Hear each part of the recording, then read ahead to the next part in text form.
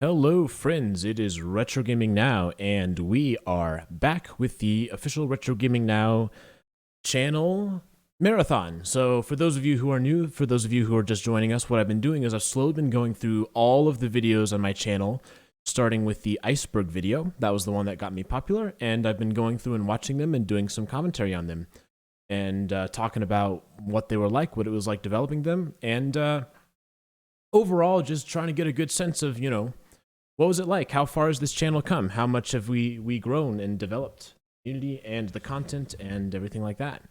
So welcome, it's Joey G. Welcome to the stream. All right, so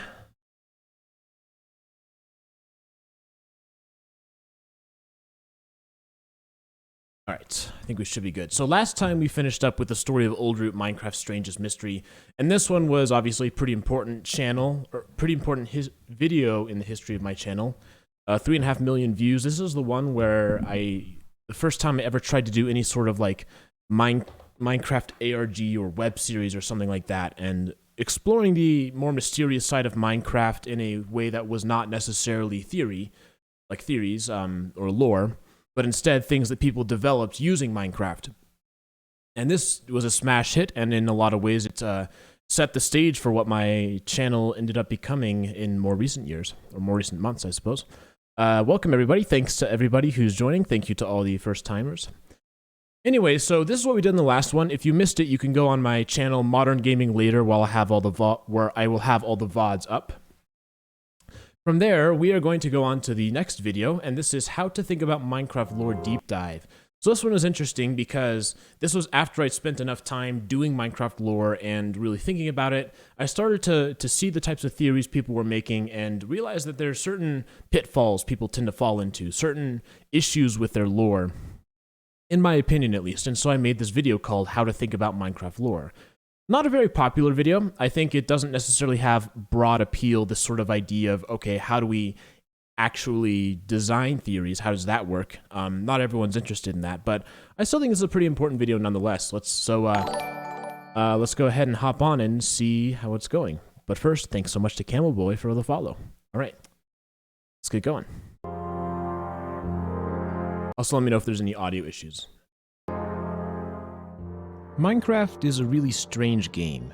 The gameplay is extremely open. You can choose to build, fight monsters, breed animals, and so many other possibilities. Yet Minecraft has a hidden layer to it, a story behind the world hidden within plain sight. Is there lore to this sandbox game? How can we find it? If any of you have watched my channel, you'll know that I have several videos which talk about Minecraft theories. I call these deep dives, and they've proven to be some of my most popular content. If you haven't seen them, what I do is I take some aspect of Minecraft and examine it in detail, with the aim of understanding what it is or how it works. For example, in the Piglin deep dive, I tried to figure out why there are humanoid pigs in the Nether, and what exactly they're doing. In every video, I encourage my audience to make their own theories. Okay, I just gotta pause and look. So this was before we were a Discord partner, so we just have the boost symbol there. We've got some old stuff that we no longer have. SS quotes got changed to squotes, SQUOTS. Old Root was still a channel. General Gaming Theories, yeah, that one did not last. That one actually lasted a little while, but eventually we changed that. Cheese Mastery Deep Stretch. A quick stretch real quick. Okay, this was back when Retro's Helper was red. Clorox is still around. Thief is still around. So this was a different era of the Minecraft server. Okay, just wanted to point that out. Let's continue going. It's about Minecraft lore. I never claim to be absolutely correct, and there's a lot of things which could be interpreted multiple ways. I read many comments, Reddit posts, and Discord messages, all of which have some sort of theory about the game. In doing so, I've started to realize that there are some inconsistencies in how we choose to theorize. Although I have my own way of doing deep dives, I've never actually sat down and explained it all in one place. Hopefully this video will help clear the air and put my deep dives in context. It's Joey G, subscribed, tier 1 for 8 months, resubscribed. I actually really liked how we think about Minecraft lore video. It shows that some things can be explained as technical limitations. Sorry for interrupting. Oh, no interruption at all with the resubscribe for Prime. Thank you so much for that. Obviously, it's Joey G has been around my channel for a long time. They're one of my biggest supporters, so I really appreciate the sub. Thank you so much. Before we get started, I should say a few things. I'm not a philosopher, I'm a YouTuber. So if any of you do happen to have a philosophical background, the language or reasoning may not be totally correct. Also, I got some fan art. So this was before I put in fan art consistently. It's interesting that I put it in the beginning introduction section of the video. I think that's the only time I've done that. So I apologize for that. Also, this is just how I do it. I'll explain why it works for me, but there are definitely other ways to approach the game, so don't feel too bad if you see things differently.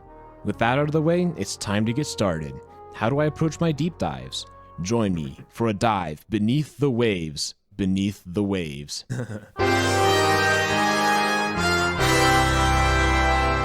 Deep dive, deep dives.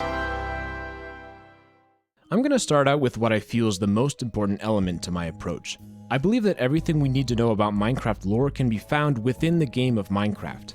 That might seem obvious, but actually it's a big brain and important point. What I mean by this is that I put much more weight on the evidence found in-game compared to written or spoken statements made by the developers. To me, the actual game is by far the most important source of evidence. So it's the Turbo Kitty asks, why did I say beneath the waves twice? It's kind of a joke, so when I do a deep dive, I say join me for a dive beneath the waves. But since I'm kind of doing a deep dive about deep dives, I say join me for a dive beneath the waves, beneath the waves. So it's sort of like I'm going even a layer deeper. Evidence. Right off the bat, some of you aren't going to like this, so I want to be sure to explain why I feel this way. To do so, we need to briefly examine the history of the game. The original version of Minecraft was developed by Notch in early 2009, and he soon quit his day job, starting the company Mojang, then called Mojang Specifications. As Minecraft grew in popularity, he began adding people to help with development. There were 7 employees in 2011, 28 in April of 2012, and 35 in late 2013. In 2014, Notch became exhausted from the pressure and chose to sell Mojang to Microsoft. Microsoft had big plans for Minecraft, including consistent updates. That's a weird little jump there. Mojang to Microsoft. Microsoft had big plans for Minecraft, including pop out the chat box. What do you mean by that? Like move where it is on the screen? Consistent updates and a diverse range of supported platforms. This required development manpower, and by 2021, Mojang had about 600 employees. This is a far cry from the single-person development team of the olden days. Coinciding with Microsoft's ownership was a much richer strategy for community engagement, with many ways for fans of the game to hear back from the developer. Real Sai has followed. Thank you so much for the follow. This included videos such as Minecraft Live, Ask Mojang, How We Make Minecraft, Dev Diaries, and so on. There were also new written pieces such as Block of the Week and Taking Inventory, as well as the social media accounts of the developers. The amount of effort they've put forth for the community engagement is staggering, and I think that they've done an extremely good job of this. However, this comes with a severe disadvantage. When we are attempting to solve the Minecraft lore, how can we really know who is the authoritative voice? Let's look at Instone, for example. The Block of the Week author says that he personally thinks of it as some porous, coral-like substance naturally accruing from unseen spores that float in the haze of night. Is this an official statement on Instone, or is it just an opinion? In the same article, Yen says that he can't. This is actually the first time I've ever done, I think, changing the text color. I know it's such a simple editing thing to do, but having the color text change within this text block, I don't think I've seen that before. On Instone, or is it just an opinion? In the same article, Yen says that he can't really come up with anything fun with regards to the fabled history of the block. Even worse, an official Minecraft video says that Instone feels pain. That can't be true, right? Is it a joke, or should we take it seriously? This right here is a microcosm of the issue that I have. How do we know who to trust? We could go with the hippo route, highest paid person's opinion, which would almost certainly be Yen since he's the lead creative designer of Minecraft. But then why would he allow ambiguous or contradictory information to be released from official sources? And this happens all over the place. Time and time again, it's challenging to know for sure if a statement is a joke, an actual indication of the lore, or just the words of someone not qualified to make any bold claims. For a person who aims to discover the lore of Minecraft, this is a serious problem. This leads directly to the first of my main points. I believe that if it's important to the lore, it will be in the game. There's so much noise from so many sources, why not look at the very place we are trying to understand? If you watch my deep dives, you'll notice that I tend to avoid developer statements. In my opinion, this approach has worked really well. I've always found the information I need within the game itself. This game-first perspective is important, and it's something that I'll mention again as we continue. Yeah, and this was a pretty solid idea, and I think it really worked well for the deep dive series. This idea of, okay, we're only going to look at things that are in the game for the most part.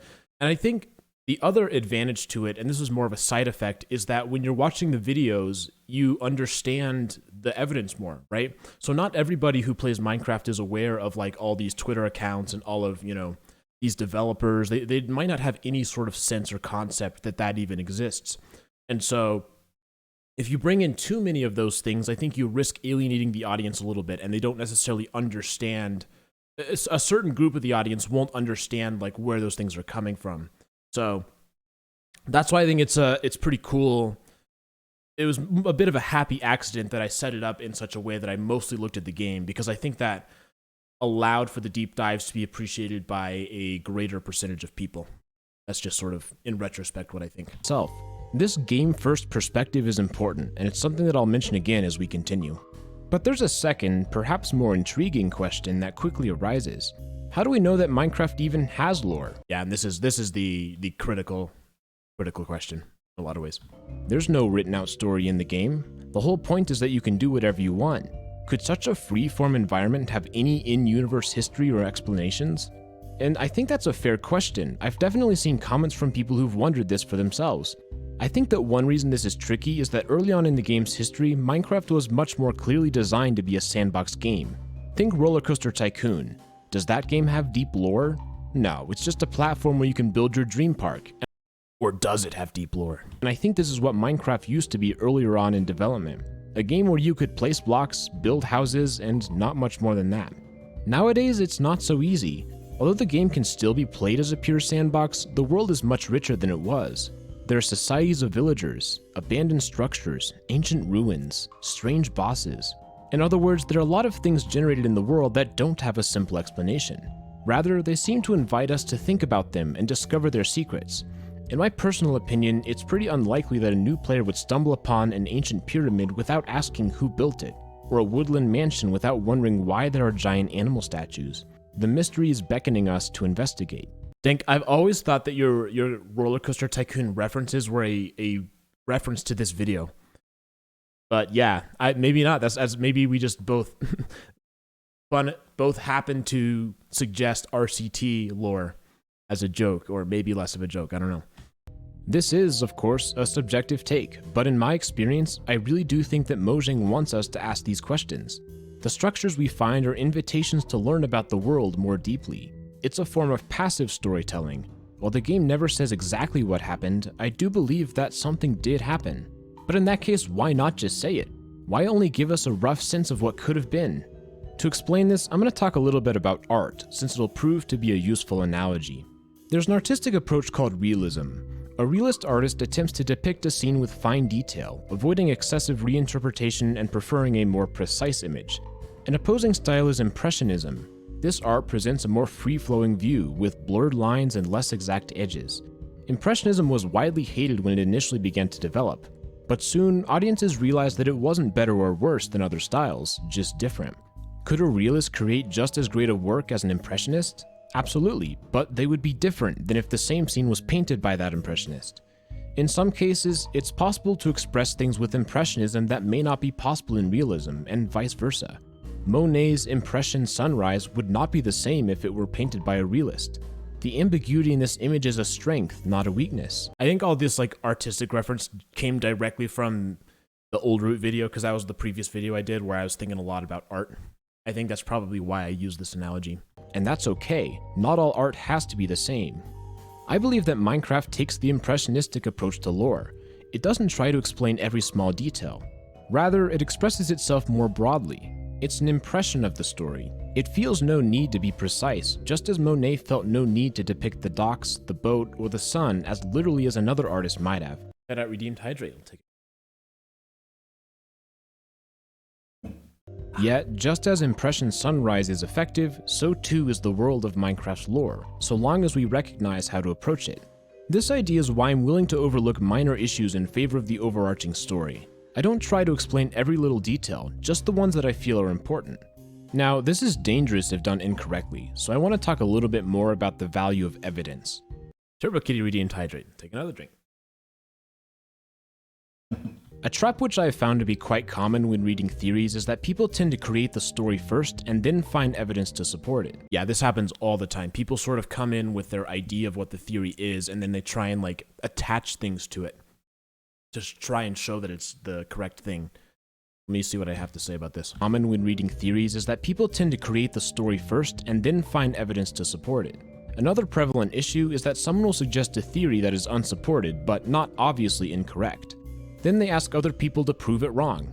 Yeah, the portal theory is a great example. So people got that idea in their minds like, oh, it's a portal, and people just continued to run with it, and it became the dominant theory, like, okay, the ancient city thing is a portal. So when I did the Warden deep dive, I approached it from a clean slate. I was like, okay, I'm not going to come in with any sort of preconception of what this thing is, which is how I did my deep dives. I did most of my deep dives trying to just look at the evidence and only look at what do I actually have to work with instead of starting with a theory. And that's basically the point of this section of the video. And I found it to be pretty effective. I think it works. An extreme example, they might say that Endermen evolved from sheep. Can we show this to be false? It's pretty hard to do, so it must be true, right? But this way of thinking is not productive. Yes, Ninja, that's exactly what I need is more promotion of my channel. Get out of here, you bot. It's easy to make statements that cannot be disproved. What good are those when you're trying to understand the intent behind a game? To make a good theory, you must explain why it's true, instead of waiting for others to show that it's false. Yep, you must explain why it's true instead of waiting for others to show it's false. This is I see this all the time. People are getting better at it, but especially when theorizing was less precise. Common pitfall. This leads to what may be my most important idea. I take an evidence-first approach to Minecraft lore. This is consistent with my idea that the game is the most important source of information.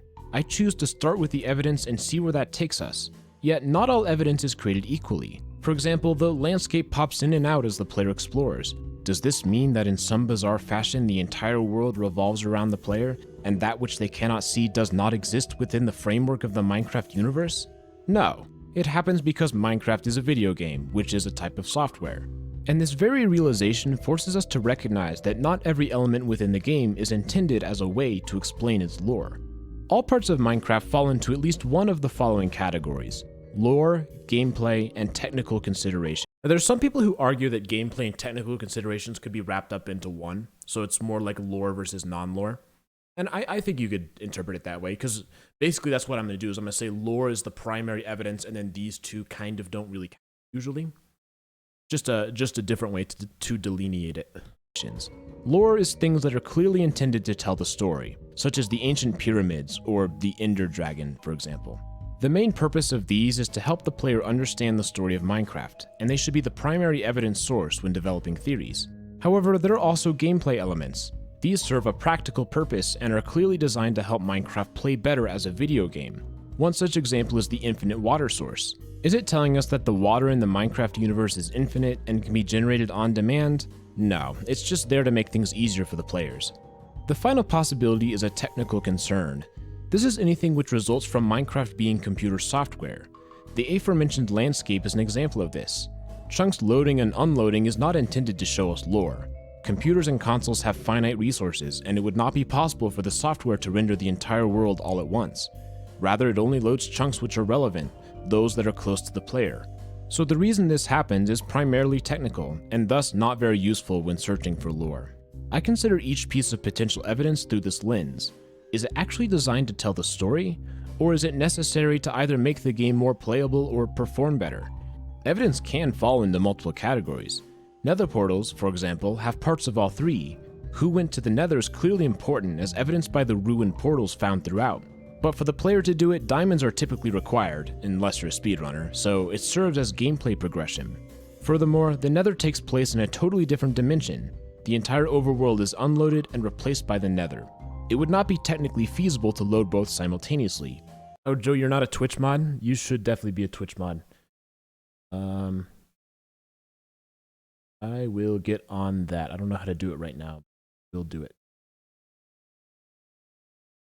In this way, the Nether portal fits all three categories: lore, gameplay, and technical. I will admit there's some subjectivity here. Not everything will have an obvious category, and there certainly can be some disagreements. That was a choppy frame. And so this is something I mentioned before. When I'm trying to... One problem with spectator mode in Minecraft is the minimum speed is too fast. I would like a way for the minimum spectator camera speed to be slower. And so if I ever need like a close-up dolly shot of something that's very close to the camera, it's I need to like do some sort of interpolation to stretch the footage out, and in this case it ends up being choppy. You'll see what I mean. Gameplay and technical. This is probably at like 60% speed, I would say. I will admit, there's some subjectivity here. Not everything will have an obvious category, and there certainly can be some disagreements. That's not a very good shot there. It's okay though. Still, it's valuable to at least consider it. We always want to find the best evidence, so it's worthwhile to think about if this is actually designed to help us understand the lore, or if it serves a different purpose. Let's get a quick recap here. We talked about 3 central ideas which are important when looking at Minecraft lore. First, Minecraft tells us what we need to know about the story. Second, lore is impressionistic, not exact. Third, we need to examine the evidence and see if it actually works as lore evidence. There are a few more odds and ends that I want to cover. First, what about the many differences between Java and Bedrock? My personal opinion is that if it's really important to the lore, it'll be on both versions. Typically, they only differ in minor details, so if a theory rests upon one of these small facts, then it's probably a weak theory. I've definitely bent this rule a little bit, because I play Java primarily, so of course I'm more inclined to think from a... For the most part, this is true. It's I'd say pretty rare that I use any evidence that only exists in one version. Another thing to keep in mind is how big of a leap are we taking? At some point in any theory, we will need to assert something that is not fully supported. Ideally, we want this to be as small of a leap as possible to improve the chances that it's correct. In my deep dives, I try my best to recognize these leaps, and I suggest you do the same. Any theory can be explained with enough mental gymnastics. It's just stronger if you don't have to do that. But there's one more thing I've been avoiding because it may be the hardest thing to deal with, and that's the topic of Minecraft dungeons. Oh yes, here's my most controversial opinion. Should we use Minecraft dungeons to explain the lore of Minecraft? That's a big question. I'm actually not going to take a definitive stand one way or the other. Oh, I forgot that I didn't say. However, I will explain why I have personally not used Minecraft dungeons in my videos. First of all, the mundane reason: I haven't played it. Furthermore, a lot of my viewers haven't played it either, and by digging too deeply into that game, it would risk pushing the base game out of the way and reducing its importance, thus making it harder to understand for those who don't play dungeons. Personally, I like the idea of Minecraft being self-contained. The developers have been ambiguous at best as to if they take place in the same universe, so I've chosen to be conservative and only considered one game independently. It again goes back to my game-first perspective idea. But is this the right approach? I've not seen anything that's convinced me otherwise, yet the dual game version of the lore is something you could very well do. It's just not how I choose to think about deep dives. To me, they're alternate universes, as spin-offs so often are. That was a pretty well reasoned and concise statement there. I didn't attack either side, I don't think. You're free to disagree with this, or really anything in the video. I just thought it would be worthwhile to give some explanations about why I do the things that I do. There's more than one way to interpret the game, but no matter what you choose, it's a great idea to define it. Think about your assumptions when creating your theories. What is it that you're using when putting things together? It'll help you produce stronger ideas and be more aware of their strengths and weaknesses. Chances are, none of us are totally right. Oh yeah, I think nowadays the case that you should use Minecraft dungeons is much stronger. Like, I think it's pretty obvious that Mojang has tried to push the community in that direction, for sure. I think back then that was a little bit more ambiguous, but I think probably if I started over now, I'd probably use Minecraft dungeons, yeah. And that's okay. One of the beautiful things about Minecraft is how it's open to interpretation. I just recommend that you are aware of why you make certain choices in this regard. So I hope this video helped you think about that a little bit more than you might be used to. If you enjoyed talking about Minecraft theories, feel free to join us on the Discord. You can also use the official Retro Gaming Now subreddit. Oh, and I've been doing some Twitch streaming. If you ever want to come and hang out, follow me at twitch.tv/retrogamingnow. This might be the only time I've ever plugged my Twitch on YouTube. I don't know, I just never really have. We'll go ahead and end with that. This has been Retro Gaming Now. Thanks so much for watching, and I'll see you all in the next video. Have a great day. This video I think is excellent. I think it's really well written, and I think it does a great job of explaining what my thoughts were at the time. And I think It's logical, it's well presented. I think actually this is a very strong video, and it's one that I'm glad that I made, and I'm proud of it, what it was. I think maybe one tweak that I've had in more recent years is I've moved more towards Mojang doesn't necessarily have a specific way they want you to theorize, and it's more that they want you to be a little bit more subjective, and so you can theorize about things that might not necessarily have any sort of strong evidence or anything like that. I guess move more towards Minecraft is a game where you create your own story, and it's maybe not a bad thing if that disagrees with the evidence a little bit. But overall, I think for more traditional theorizing and for how I've approached the deep dive series, this does a really solid job of it, and I think it's a set of tools that, if you follow them, tend to lead to successful theories. And I really do believe that having this written out and explained in a compact package is really beneficial for the theorizing community. And I think it was good for me too to really sit down and think about, like, hey, how do I want to approach this? How do I want to approach this problem from a different perspective? So yeah, I'm really happy with this video. I didn't get a ton of views, but I think it's a really pretty good video actually. Okay, so this was released June 18th, 2021. The next one is INDEV, The Strange Story of Minecraft's Earliest Features. And this was July 3rd, so this was like another 2 weeks down the line. This is a departure. This is a different type of a video. So if you look at what I've done so far, I've done all 4 Iceberg videos, I've done a bunch of deep dives, and then a couple of one-offs. So I did Herobrine, which is a little bit of a Minecraft history video. Done Dive Theory, which doesn't really count. That's a April Fool's. Old Root, that one is pretty different. But then this one is different in its own way. This is a bit more of a historical view of what Minecraft was like, the early days, the early developments. And this one was really fun to make. This was really, it was quite satisfying for me to go back and look at Minecraft starting from day one and how it developed. Goldish Share has followed. Thank you so much for the follow. All right, let's hop in. Look what I had in my thing. A few shots are different from versions than the ones mentioned. Because I make mistakes occasionally. Some events will be told slightly out of order to facilitate categorical understanding. Yeah, and I think that makes sense. So I made some slight tweaks in terms of how I presented things just to make it make it flow a little better. But nothing that really huge change.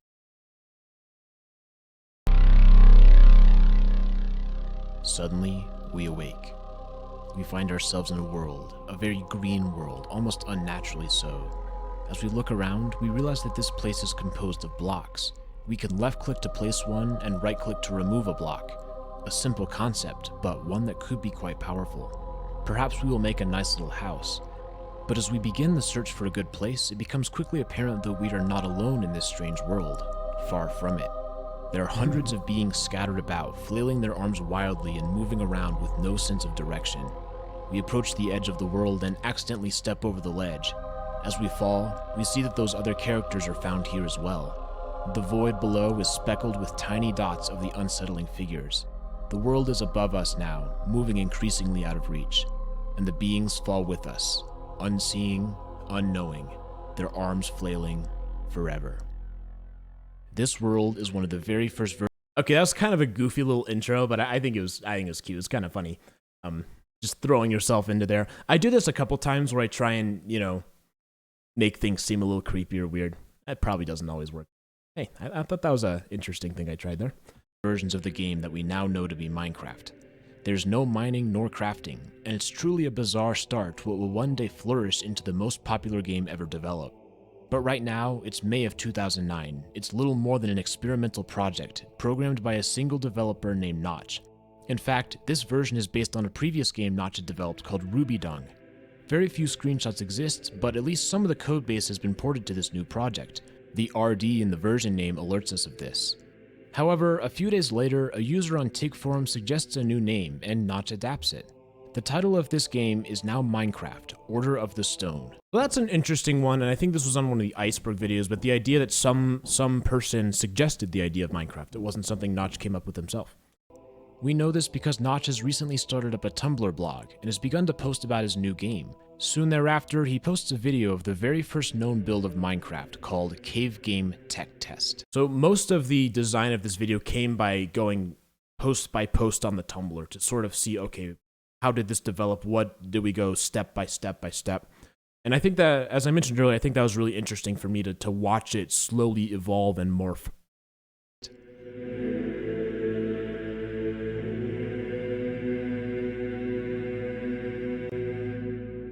Notch clearly realizes that this game has potential, and he begins to make rapid development progress, posting a new video showing blocks and terrain generation. This game is no Ruby dung, it's definitely its own thing now, and Notch scraps the RD title, giving it a much more neutral version number. This is the beginning of a twisting and turning tale of Minecraft. Welcome to the classic era.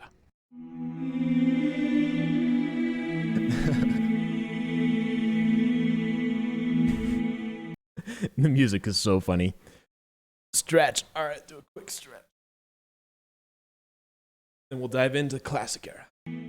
Just 3 days after the first video, Notch outlines some things he wants in Minecraft.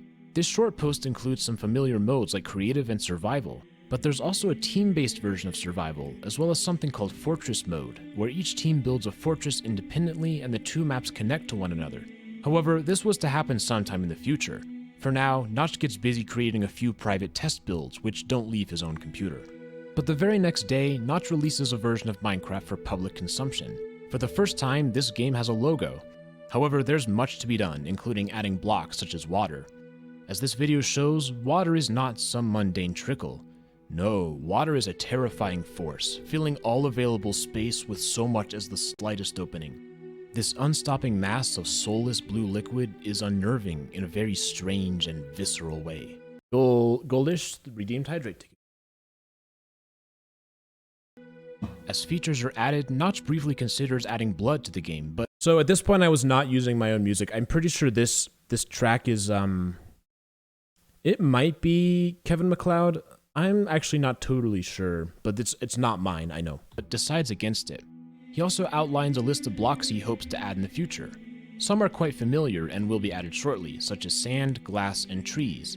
Others will not find themselves in the game for over 10 years, such as Notch's idea of large crystals hidden deep underground. Still further, some blocks will never make it to the game, such as spikes or pulleys. On May 25th, Notch makes an experimental aesthetic change to Minecraft and offsets the polygons at random angles. The results are, well, take a look for yourself.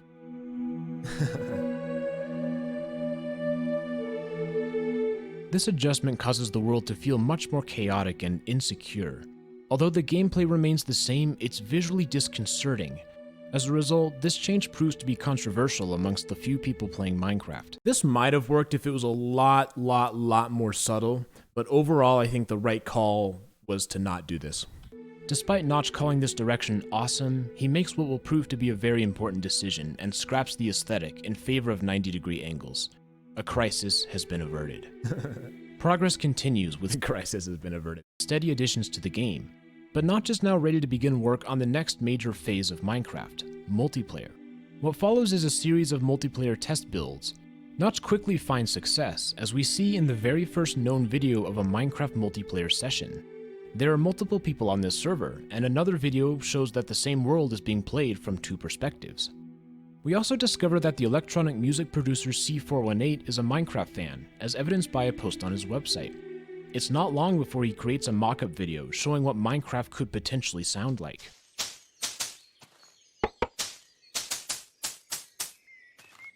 About 50 seconds into the video, we hear something amazing.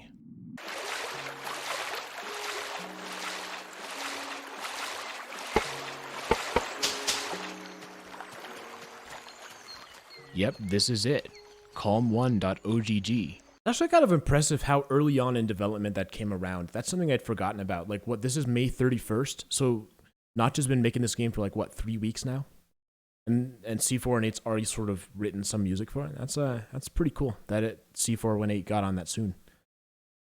Unfortunately, it would be some time before it would be heard in-game, but the first appearance is nonetheless an iconic moment in gaming history. Much of the month of June is spent making technical changes to the multiplayer code, but there are nonetheless some notable additions such as flowers and sponges. This time is also home to one of the earliest known mentions of Spleef, a competitive multiplayer minigame. Minecraft has now sold 990 copies, only a month after pre-orders were opened. At €9.95 each, this is Notch's first exposure to some actual cash from the game. As the multiplayer game mode matures, Notch starts to think about one of his original goals, a survival mode for Minecraft. He outlines several things which he wants to see. This includes combat against hostile mobs, such as goblins, trolls, or wolves. There will be crafting, which will allow a player to create better equipment to help them survive. And there will be some type of in-game, perhaps a big evil mob. With multiplayer finishing up, Notch will make a fork in the development pathway and spend an entire month working on a survival test. During this development month, Notch announces Minecraft's first DLC, the Dungeons and Levers expansion pack. There are some interesting ideas here, including dungeon mode, where mining and crafting are disabled, as well as programmable tiles such as pressure plates, levers, and doors. However, Notch admits that this pack will... Edit says you should make a short film or even a movie in the future. It would be a great opportunity for experiment with new stuff. Well, I would say there's probably no secret that I'm trying to push my channel in a more creative and interesting direction. I'm not sure if like a short film is something that I would realistically do at this point in time, but I will say I am consistently thinking of ways to push myself creatively and to try and do stuff I haven't done before. It will not be released until the distant future. During this month, Notch shows off several videos and images of his progress since he isn't releasing any public versions. This helps keep the community engaged as he works. And then, on September 1st, the first survival test is finally released to the public.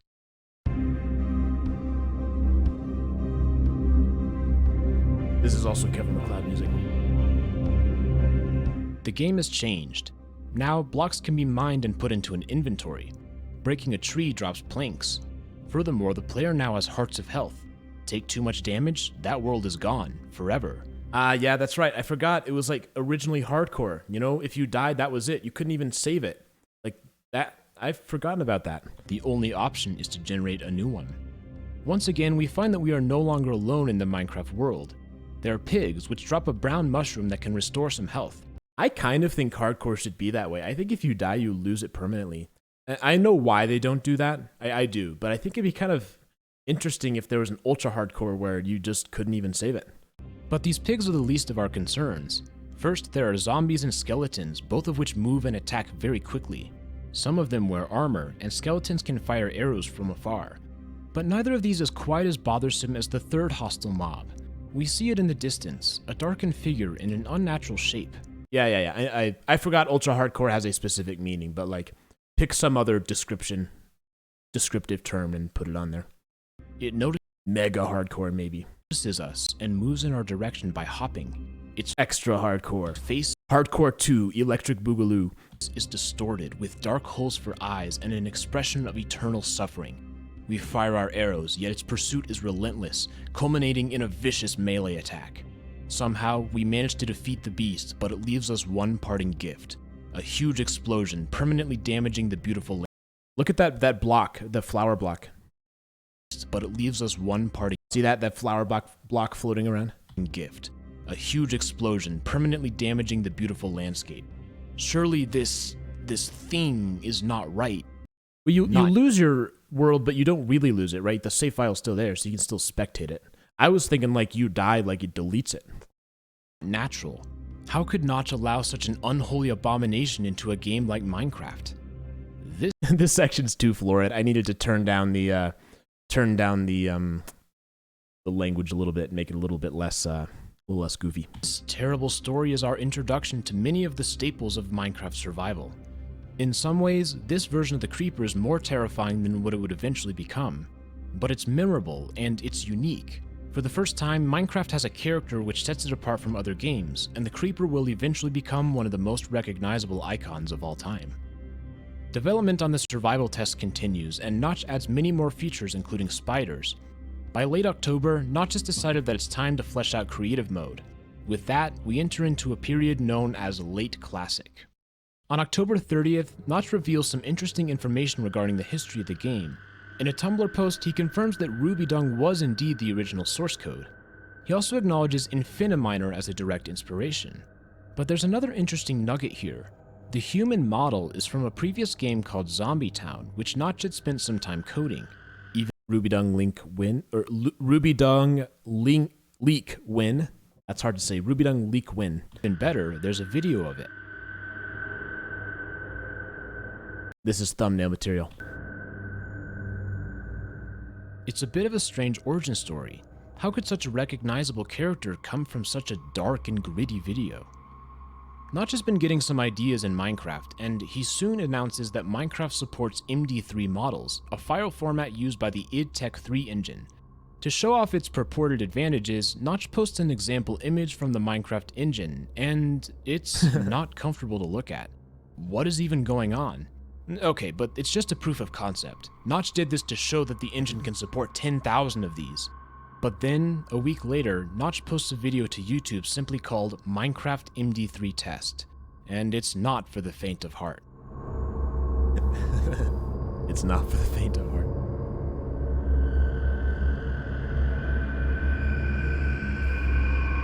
This video is terrifying. Unnatural beings are found in the Minecraft world, following the player. Their motions are jagged, their bent shapes are unsettling. It's just wrong. It's as deep in the uncanny valley as you can go. This is perhaps the darkest moment in Minecraft's development. On a lighter note, Notch posts on Tumblr asking for an artist to help out with the graphics. 27 people respond, and Notch ultimately chooses Hayden Scott Barron, also known as Doc. His credits include the Roller Coaster Tycoon series, and there's Roller Coaster Tycoon again. And he immediately makes an impact on the game's art direction, creating a totally new logo. Doc also begins work on new MD3 character models to add to the game. Hopefully these will be less disturbing. We now reach another turning point in the history of Minecraft. The game is now officially in development, or, for short, INDEV.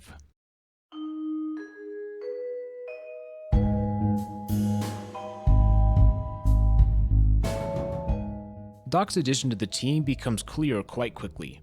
On December 31st, a version is released that allows the player to view their inventory by pressing I. The character has been replaced with a girl wearing a frog hat. This is Rana, and she will soon spawn naturally throughout the world. It's very interesting to see these frog girls walking around, and they feel somewhat out of place, although nowhere nearly as bad as the first MD3 tests. Doc has created several pieces of concept art which allow us to see how he views Rana. This guy must have been on Roller Coaster Tycoon 3 because that left image just seems like something that's so similar in art style. And this proves to be an interesting look into the direction which he sees Minecraft going. The inventory screen also includes some other new components, including statistics like attack, defense, and speed. These attributes do not currently affect gameplay, and they will soon be removed. The inventory also has several types of armor, including hats, chest plates, pants, and boots in 4 different materials. There's also a quiver of arrows, as well as some tools. As time goes on, these tools will eventually gain uses, but for now, this inventory is full of unimplemented— Oh yeah, I forgot about that, how it drops the block version implemented features. The attributes, quiver, and studded armor will eventually be removed entirely. On January 6th, Notch adds the capability to take an isometric screenshot by holding F7. Unfortunately, it's a bit glitched and doesn't quite work as intended. That doesn't seem to bother the player base, however, as by January 13th there are over 100,000 registered users on Minecraft.net.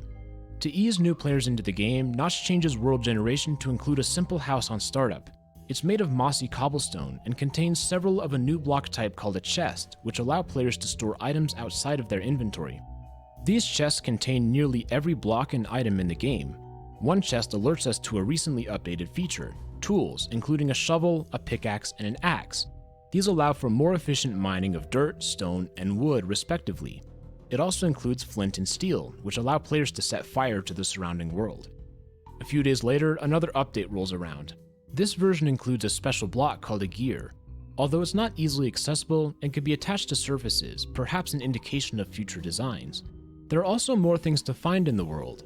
A new ore has been added. It appears to be a bluish crystal of some type, and it's called an emerald. Although nobody knows it right now, this is another iconic moment in Minecraft history, as this mysterious material will eventually be renamed to diamonds. An update is released the next day, and suddenly these emeralds have a use. There's a brand new feature called crafting. Simply hit B on the keyboard to bring up a 3x3 interface. But the house has changed. We can no longer take whatever resources we want. Instead, we must walk up to a tree and punch it, causing it to drop several planks. We can then use these to create sticks, which, in turn, can be used to craft a wooden pickaxe. There are more options than just that. We can make swords, shovels, and axes as well. It's interesting how this idea and this early gameplay section is so critical to what Minecraft is that it hasn't really changed at all. Notch sort of designed at this point something that would be iconic, I think, in terms of how Minecraft is. There are more options than just that. We can make swords, shovels, and axes as well. But what about iron? We can mine the block, but we cannot craft anything out of ore. It needs to be smelted, which can be done easily by throwing the block into a fire, producing an iron ingot. Yeah, that was an interesting idea. This allows us to create even better tools. If we explore a bit, which I think it makes sense, right? Because we don't have a crafting table yet. The idea of a crafting table doesn't exist. So he's not thinking oh, we're going to use this block to craft something. It's more like we're going to do it in the environment. So it's sort of interesting to see how that's how he thought of the idea. But what about iron? We can mine the block, but we cannot craft anything out of ore. It needs to be smelted, which can be done easily by throwing the block into a fire, producing an iron ingot. This allows us to create even better tools. If we explore a bit, we find that the work of Doc is coming to fruition. Rana no longer spawns naturally, but there are several new characters wandering throughout the world. They include 2 versions of a guy named Steve and another person named Beast Boy. This brings our total number of NPCs created by Doc to 4. Although it's nice that the world is less empty, these characters give the world a slightly disjunct feeling. They don't quite fit the blocky aesthetic, like they're from another universe. It seems as though Notch is having second thoughts about Doc. The 2 Steves and Beast Boy are removed from the game, lasting just 2 days and 1 day respectively. And on February 5th, Notch announces on Tumblr that Doc will no longer be involved with Minecraft. And that was the right decision, I think. I think it's unfortunate whenever artistic visions don't really align, but I think everything we saw from Doc sort of, in my opinion, was the wrong direction for Minecraft, and I think Notch identified that. Notch says that he prefers the freedom to move forward on his own. Not wrong, but maybe not what you know what I mean, without needing to wait for others. It is, after all, how he's approached development this whole time. The same day, Notch posts a video of a new mob called a giant, which is a huge zombie that roams the world. Which is still in Java today, kind of interesting. Giants will remain in the game's code for the next 10 years. Oh, I just said it. But they will never spawn naturally. A few days ago, Notch added a title screen to Minecraft. It includes several menu options and some flashing text. Honestly, you want to talk about butterfly effect, a lot of things that we're seeing in these early versions ended up having very strong influences. It may not look like much, but this is a signature component of Minecraft. Throughout the INDEV phase, Notch has been working on level generation. Upon starting a new level, the player has several options for what the world is going to be. They can choose the size to be small, normal, or huge. The shape can be adjusted as well. Square is a square, and long turns it into a rectangle. Deep, however, reduces the surface area in favor of a much deeper y-axis, allowing 256 blocks of range as opposed to the typical 64. Another interesting generation option is the map type. Island generates an island with the surrounding ocean. Yeah, these are really fun. I really like this idea. And it sort of has come back a little bit, I think, because you can sort of change the world type on Java. This is really cool. I really liked how you could design the world from the beginning to be a specific way. Inland fills out the land to the borders. Flat creates a totally flat world with no hills or ridges. The most interesting of the group is floating, which causes the world to generate... Yeah, this is pre-INDEV. So this is INDEV, I think. Islands which are suspended in the air. It's a dangerous map type to be sure, but it's also very pleasing to see the land out in the distance. It adds just a touch of fantastical flair to the world. The final generation option is, in many ways, the most intriguing. It's called the map theme. Normal is what we've been exploring this whole time, but there's also a version called Hell. Gone are the grassy hills, they've been replaced by bare dirt. There is no water in this world, only lava, and the skies become a darkened reddish hue. The calming world of Minecraft has been changed into a totally different feel. Right, so you can see, in the future that there are ideas that made it to the game that are inspired by this early phase, right? Obviously the Hell theme, the Nether, the Sky theme, the End. There's a, it's like a it's foreshadowing a little bit, you know, these ideas that eventually get refined and put into the game in a more effective way. There are more theme options, including Paradise, which contains large beaches and eternal daylight, and Woods, which is an overcast world of dense trees. These generation options can be combined. For example, a large floating deep hell map generates a vertical stack of dirt islands, with a lava lake down below. Or we could do a small Paradise Long Island for a relaxing day on our own private area. There are many possibilities, all of which can change how we might choose to play the game. Notch continues development, adding features such as furnaces and armor. But on February 21st, he has a potentially game-breaking idea. What if the world was infinite? Why limit the map to a single size when the world can be generated as far as the eye can see? It only takes him a few... Okay, let's go back for a second. Oops. There will be a new fork of development. So, advantages: you never run out of space, you never run out of resources. Travel between several planes of existence, so hell could be a real place you can visit. And the moon too, possibly. NPC villages and monster towns. Epic-sized multiplayer servers lasting for a long time. So he got it. He got all of these right. All of these ended up happening, except for the moon, but like, they happened in their own way. See, it only takes him a few days to make his decision. There will be a new fork of development called INDEV.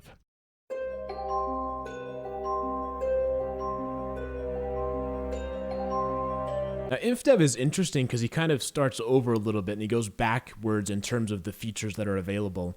But he understands like what Minecraft is and the vision of what the game is more than he did at the beginning of development. So you get this kind of weird hybrid fusion thing where it's like the features have to be reset a little bit, but it's still more refined than early versions in a weird way. I think it results in a really unique feeling. It's back to square one. Infinite worlds require rebuilding the game almost from the ground up. On February 27th, Notch releases the first public version of INDEV. We spawn into a very different Minecraft world. Gone are the multitude of block types. There are no mobs, and even thrown items don't render. But this new place has a huge advantage. It doesn't matter how far we walk, more land keeps generating. The potential is clear. This is the way forward for Minecraft. It will allow the player to be truly free to construct as much as they want without fear of limited space or resources. But there are also some strange features to this world. At the origin, there are obsidian axes which extend in the cardinal directions forever. We can walk along these and see the new land production, but such an artificial structure still doesn't feel quite natural. It breaks the immersion of this new place. Yeah, so obviously he's just doing this to like help. Still an interesting juxtaposition. The world, however, is hiding a deeper secret. There's something out there that you will probably never find unless you know the directions. We spawn in the world and follow the obsidian axis north. After about 500 blocks, we make a left turn, leaving the comfort of directionality behind. As we continue to walk, we see something out in the distance. What could it be? Some type of mountain? And as we get closer, we suddenly realize, this is no mountain, but a pyramid.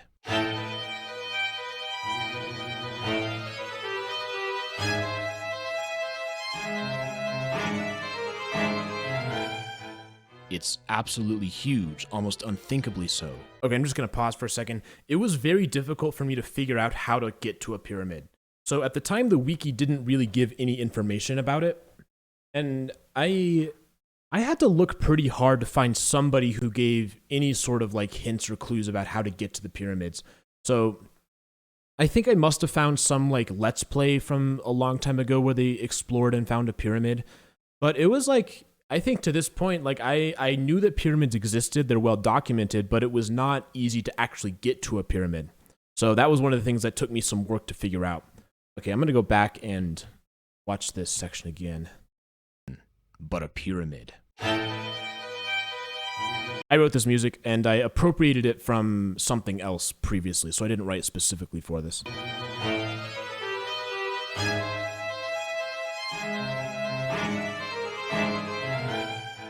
It's absolutely huge, almost unthinkably so. It's made entirely from bricks. The base is 63 blocks on each side, and it extends to the build limit. This pyramid is unlike anything we've seen in Minecraft so far. It's not just the random landscape. This was constructed by someone.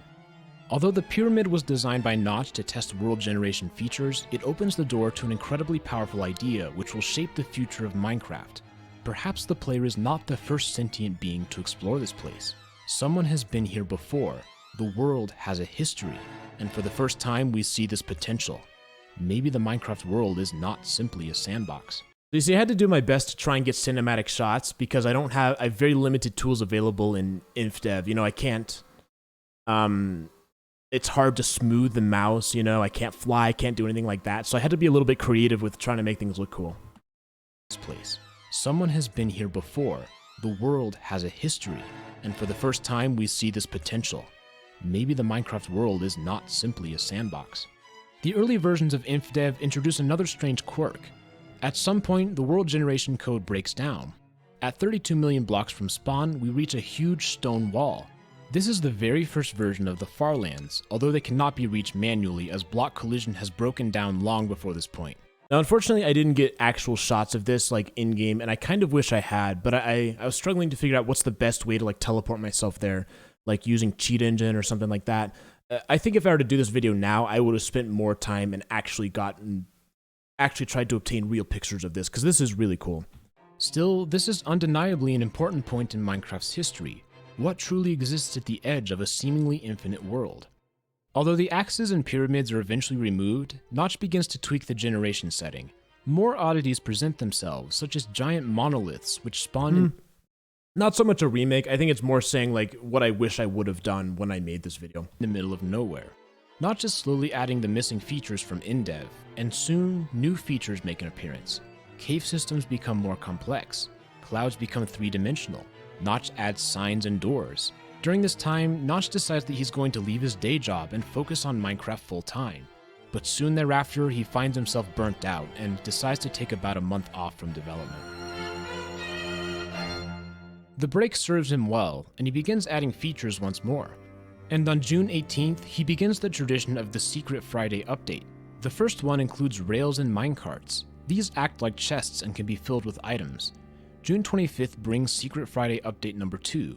The structure generation code is finally put to use with the addition of dungeons, which are rare underground rooms. They contain a block that spawns monsters, as well as chests holding various equipment. And for the first time, the concept of loot has been added. There are items that can only be found in these chests, such as saddles. Once again, we find ourselves asking, who left this here? Why do these places even exist? Alright, tight out, redeem, stretch. Stretch. We'll keep going. At this point, Notch decides somewhat arbitrarily to redo the version numbering system, and the game enters its alpha stage. Secret Friday number 3 adds redstone. Now there's a way to build devices and circuitry. Yes, that's correct. Dungeons are the first structures that still exist today. Another Secret Friday I'm pretty sure, yeah. Update adds the jukebox, allowing the players to find discs hidden in the world. The Halloween update is another pivotal moment, with the addition of a second dimension, the Nether. Then Minecraft enters beta, and the feature set becomes even richer. On November 18th, 2011, version 1.0 is finally released, which includes potions, magic, and a new dimension called the End. Conveniently, that's where our story is going to end for today. The alpha and beta versions, while large in the number of additions, are much more refined than earlier versions of Minecraft. There aren't as many forgotten features, so that's why I'm not covering them in detail here. But the very early days of development were a wild ride, especially compared to modern Minecraft. I hope you learned something new in this video. I think it's fulfilling for me to spend serious time playing the older versions. I had an extremely hard time figuring out how to do it since the main Minecraft launcher is missing a large chunk, especially from INDEV.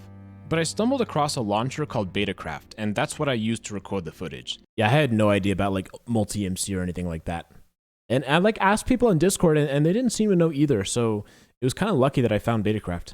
This video isn't sponsored by them or anything, I just wanted to let you know about it. There we go, this is the first time I think that I put fan art in the end of the video. As always, let me know what you think. I love reading your comments, and you can hop on over to the Retro Gaming Now Discord if you want to talk with the community. Old versions of Minecraft are fascinating to me, and I'm going to spend even more time playing them. We'll go ahead and end with that. This has been Retro Gaming Now. Thanks so much for watching, and I'll see you all in the next that. Art by This Grease. has been Retro Gaming Now. Okay. Spend even more time. I gotta look at these in more detail. Talk with the community. Leave. Old versions of Minecraft are fast. Clockhead. I don't recognize It's some name of these to me, people. and I'm going to spend even more time playing them. Cloroc. Alright, already today I theorized that you were going to die. We'll go ahead and end with that. This has been Retro Gaming Now. Thanks so much for watching, and I'll see you all in the next video. Okay, I am going to take a 2-minute break. I'll turn on ads for 2 minutes, and then I will be right back, and we will keep on going. The next one is Music Discs, Minecraft's Trickiest Item, Deep Dive. See y'all in a minute.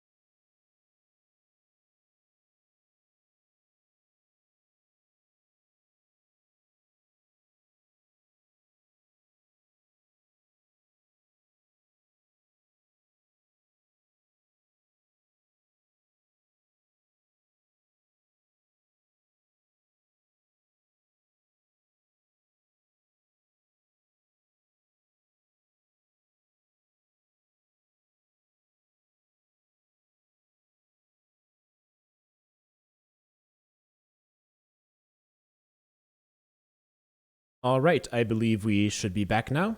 So this video, INDEV, was a pretty fun video to make, and it was kind of different than other stuff I'd done. And I think I mentioned this before we started, but it really was enjoyable to me as someone who's been playing Minecraft for so long to just go back and see the early days again. And I thought it was really fun. It's a little goofy at times, maybe a little bit too descriptive, a little bit too dramatic, but whatever. I don't regret it. Okay, next one. Music Discs, Minecraft's Trickiest Item, Deep Dive. And so here's where the deep dives start to get a little bit tough. So some of these are, I'm starting to get closer to the end of things that would make good deep dives. So this is pushing me a little bit. We'll see, I think. The world of Minecraft is very rich and complex, with many interesting things to find. Ancient structures fill this place, thriving villagers and evil illagers, sunken ships and decrepit nether portals. The game has a past and a present. The world we find ourselves in has a story. Yet there's one part of this story which I have not yet explored. There are discs that can be This is my music, yeah. found in various places. They contain music when put in a jukebox. Why do these discs exist like this in the world? Who wrote and recorded these, and why is the player able to find them? Welcome to Deep Dive, a series where we've slowly been uncovering the secrets of Minecraft. Tonight, we are going to tackle a subject which I have been avoiding due to its complexity. The music discs are a very challenging topic, as we'll soon see. But I can't run forever. It's time to take a look and see what's going on. Hopefully, our analysis will uncover the purpose and story behind the music discs. Join me for a dive beneath the waves.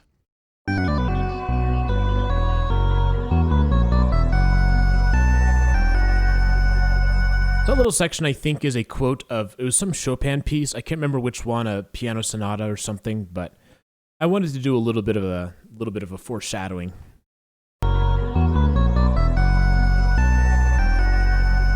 How many deep dives start with the world of Minecraft? I would say probably 60% of them. The music discs in Minecraft are an incredibly tricky subject to analyze. To have any chance of getting to the bottom of this mystery, we're going to need to define an important word, which is diegetic. Although the term diegetic sounds complicated, it's actually fairly simple to understand. Diegetic refers to sound heard within the world as Oops, we got a little bit of a wrapping issue. part of the action. Another way to think about it is that it's a sound that can be heard by characters. For example, if a creeper explodes, it's going to make a loud noise. This explosion is clearly produced by an origin within the game, and would thus be audible to other entities. Most sounds heard within Minecraft are like this: mining a block, lighting a fire, the groan of a zombie.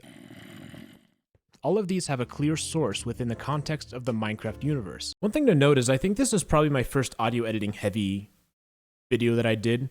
And obviously there's not a ton of like complicated editing or anything like that, but the video revolves around audio. So it was the first time I'd ever really tried to focus a little bit more on that. Thus, they would be described as diegetic. However, there's a contrasting sound type, which is a non-diegetic sound. This type of noise cannot be heard in-universe. A simple example of this is the clicking of the menu buttons.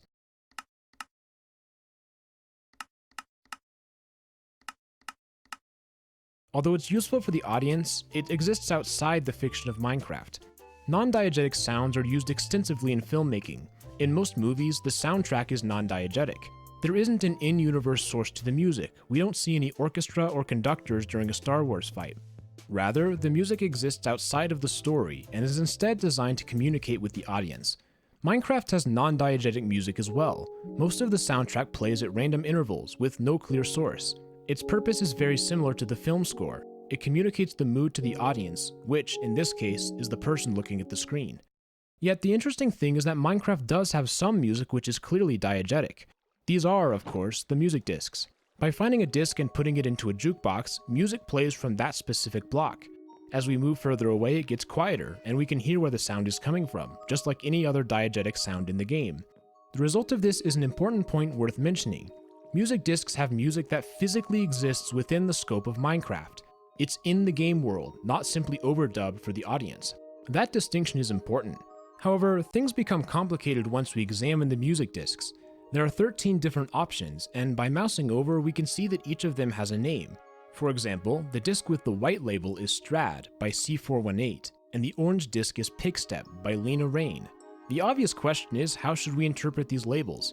Did C418 and Lena Rain literally exist somewhere in the Minecraft universe and then create these labeled discs? In this case, the answer is pretty clearly no. The composers are not intended to be characters within the canon. Rather, it's an attribution, so that the real-life composers are credited. What's a little bit trickier is what should we do about the names? Are the titles of the tracks known within the universe, or is it also simple attribution? If we look through the titles, many do seem to be consistent with Minecraft. This is actually a problem that exists in general, the idea of like if the Minecraft character has an item, how do they know what the item is? So like, does the in-universe character understand that an item is called something? I don't know. There are cats and blocks and piglins within the Nether, yet others have a less distinct connection, such as Maul and Mellowhigh. At this point, it's hard to know for sure if these names are in-universe or not. Perhaps taking a look at the musical content will help. Remember, these discs are diegetic, so any sounds coming from them should exist canonically within the game. However, we quickly run into some issues. For example, Ward quotes Chopin's Funeral March.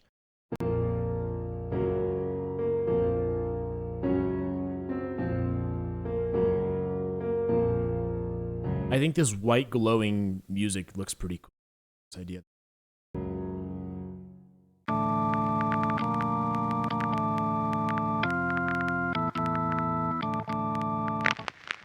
Although the key has been shifted from B-flat minor to D minor, it's pretty obvious that this is intended to be a reference. Chirp has a similar issue. The opening sequence is a sample from the Optigan, an electronic keyboard from the 1970s.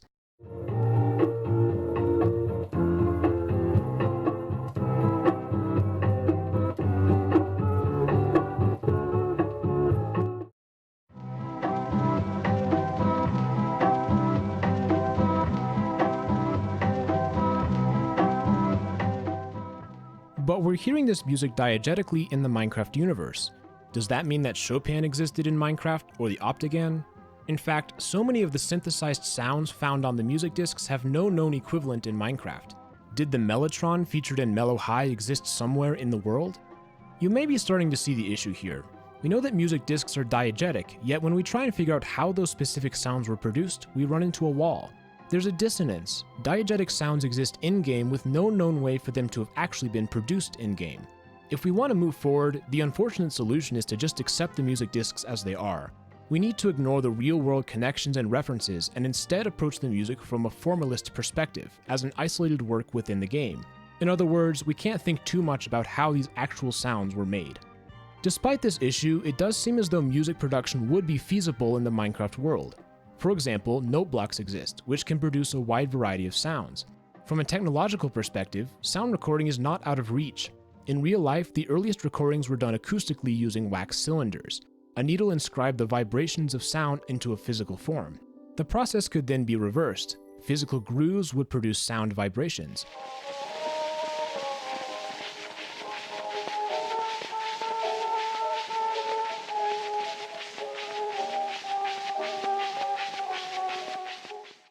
Eventually, this changed to recording grooves on a flat wax disc.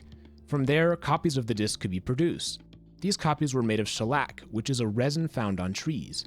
In theory, none of this really seems to conflict with the level of technological advancement seen in Minecraft. Another detail is that the jukebox is created using a diamond. Turntables often have a diamond-tipped stylus, which appears to be consistent with the crafting recipe. Nonetheless, it would require a high degree of intelligence to produce something like this. If you've seen any of my previous deep dives, I've often talked about an extinct humanoid group called the Ancient Builders. The evidence for their existence is immense. I've argued that they constructed the pyramids, and their loot is found throughout the Minecraft world. If you're not sure what I'm talking about, check out the above link. These ancient builders had knowledge of redstone, and would be a good candidate for the composers. In practice, it's not quite so simple, and the main reason has to do with where the discs are found. Out of the 13 possibilities, only 3 are found within chests. This includes Cat and 13, which are in dungeons and mansions, as well as Pigstep, which is in Bastion Remnants. Dungeon loot is very similar to loot from other ancient builders, with items like horse armor and golden apples. Yet, the discs occur in mansions as well, and the illagers who live in these mansions are also incredibly intelligent, having discovered the secrets of life and death through the Totem of Undying. So 5 didn't exist at this time, so this video was released July 16th, 2021. Despite this, it's bizarre that the exact same discs exist in totally different places. The nature of dungeons is mysterious as it is, and we just don't see any reason for the illagers to trek so far underground. That's kind of a cool shot. Let me look at that again. Having discovered the secrets of life and death through the Totem of Undying. Despite this, it's bizarre that the exact same discs exist in totally different places. The nature of dungeons is mysterious as it is, and we just don't see any reason for the illagers to trek so far underground. Furthermore, the dungeons are in a state of decay. If they were actively in use by the illagers, then they would likely be the pristine works of architecture, like the mansions. So how do these discs end up in 2 totally different spots? And we still haven't mentioned the third disc, Pigstep, which is also found in a specific location. As explained in my Piglin video, the ancient builders did have access to the Nether, and they built the bastions. But why would there be a disc specifically for the bastion? Is it an anthem of their mining progress in the Nether? Is it a work song? We can't really know for sure. Even now, we're finding that these discs tend to resist a logical explanation. But we're currently only looking at 3 discs. Things get much, much worse when we discover how the other 10 discs are found. They will never occur in any chest. Rather, the other discs can only be found when a creeper is killed by a skeleton arrow. Let's break this one down. It means that a disc must exist in every single creeper in the world. Somehow, the technological marvel of recorded audio has made its way into one of the most common mobs in the game. However, killing this mob with a sword causes the disc to be destroyed. The creeper exploding causes the disc to be destroyed. Even killing it with our own arrow destroys the disc. No, the only way for 10 of the 13 discs to be found is if a very specific mob kills a creeper. There is zero evidence that skeletons use a different type of bow and arrow setup than the player. In fact, a skeleton can drop both its arrows and its bow. Yet, even by picking these up, killing the creeper destroys the music disc. It has to be a skeleton firing the arrow. The exact same setup fails if the player tries it. How does the creeper know that it wasn't a skeleton arrow? This has no logical explanation. There's nothing physically different. I'm racking my brain here, and I cannot seem to find a self-consistent logic that allows a phenomenon like this to occur. Every component of it makes no sense, from the secret disk in all creepers to the obscure drop condition. I've made a YouTube career by doing deep dives, which are fundamentally based on examining the evidence and taking it to its logical conclusions. But this creeper disk problem has no logical conclusion. It requires the creeper to have some type of knowledge about what killed it, which it could not reasonably obtain. So we find ourselves at a crossroads when it comes to interpreting these disks. Constructing a rational explanation for their physical location is not easy to do, unless we are willing to take a massive leap of faith. From that perspective, the obvious answer is that the discs in the creepers are Easter eggs. They're a cool item to find, but not intended to show the lore. If that is indeed the case, then how do we interpret the 3 discs that can be found in chests? Well, our previous logic continues to hold. It's reasonable to expect that the ancient builders or illagers might have had recording technology. Yet the specific methodology for these discs ending up in these chests remains an unsolved mystery. Suddenly, we remember that tricky issue about Chopin and the synthesizers that we chose to ignore. And when we stop and look at where we are, we realize that there are so many facts that we either cannot easily explain or are required to ignore in order to progress. And if 10 discs are already totally illogical, how much more are we willing to overlook in order to find a solution to the final 3? But then there's the counter-argument. The fact remains that these discs are diegetic. It's not background music. They exist physically within the Minecraft world and are played using a crafted jukebox. To further complicate things, discs 11 and 13 are not music. So the reality is you can obviously, with enough work, define some sort of theory, right? You can find some sort of way to explain the creeper thing. But maybe more what I'm getting at here is I've never found anything that doesn't require a pretty substantial leap. I think anything that you have to use to explain the skeleton creeper interaction requires too big of a jump, in my opinion. Instead, it doesn't mean that a solution doesn't exist, it's just that I've never seen one that I think is satisfying. Sound effects which tell a story.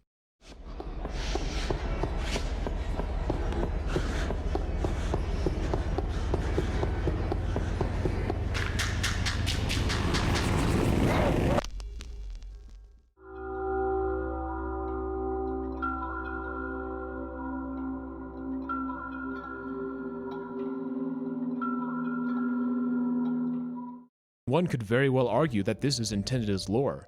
If not, then why have such creepy and provocative noises? Yet one could also ask how these sounds were even recorded. Is the person running carrying a phonograph while attempting to escape? It almost doesn't matter which side we choose, we still lose. If the discs exist from a lore perspective, then there are issues with their placement as well as the musical content. On the other hand, if the discs are pure Easter eggs, then why are they diegetic? And what's the point of discs 11 and 13? Is it somehow possible that both things are true? Could the discs be primarily designed as Easter eggs, yet still offer some lore insight?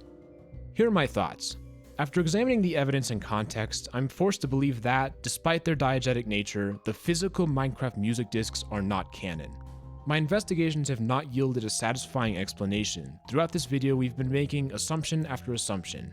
Nonetheless, I don't want to totally close the door on the significance of 11 and 13. I can still see a possibility of these discs containing some type of lore information. Even if they couldn't easily exist in the world, the audio still might be useful. My theories tend to be practically focused, so something like this is admittedly a bit uncomfortable for me. But the discs are so strange that it seems foolish to throw them out simply because of their lack of practicality. However, to really explore this would probably take its own video. Now, this is probably not a satisfying conclusion. So I think that was pretty good. I think I did a good job of identifying step by step what makes the discs such a difficult problem to solve. And I think my overall conclusion is pretty solid too. The idea that I don't think you can treat them like any other object. I think you have to look at them from a different perspective and ask, okay, they exist in some sort of a weird hybrid or weird fusion between being canon and not canon. And I think I did a pretty good job of developing that idea. I know that a lot of you who clicked on this were hoping for something a lot spicier, such as the creepers being artificially constructed long-distance communication and explosive hybrid devices. And there's certainly a temptation for me to create an explanation just for the sake of it. But I can't do that. I'm not going to make a theory more interesting than the facts suggest. Part of understanding the Minecraft lore is realizing that some things don't have a crazy, thumbnail-ready explanation. Creepers eat music? Oh. and in my explorations, I simply cannot find a practical solution for the music discs that satisfies my evidence-first approach. In my view, music discs are just something fun to find and play. This is, without a doubt, one of the trickiest deep dives I've ever done. I had to rewrite the script a few times, and even now I could be totally off base. With this video especially, I want to know what you think. Please comment down below if this rather boring conclusion makes sense to you. I could very well be incorrect here, but I'm just not seeing a logical way for this to work. Lore is sus. So if you think you have something, I would really like to hear it. Even though I couldn't find it, doesn't mean that an explanation doesn't exist. A lot of these by Lauti and other people got made into stickers here, But I'm just not emojis. seeing a logical way for this to work. So if you think you have something, I would really like to hear it. Art by Grease. That's still one of my favorite running jokes on the channel. Even though I couldn't find it, doesn't mean that an explanation doesn't exist. If you think you have one, please tell me. You can also come over to the Retro Gaming Now Discord or post it on the subreddit. We have some great conversations there, and I'd like to hear your voice. The important thing is that we have a discussion and get more ideas out there. We will go ahead and end with that. This has been Retro Gaming Now. Thanks so much for watching, and I'll see you all in the next video.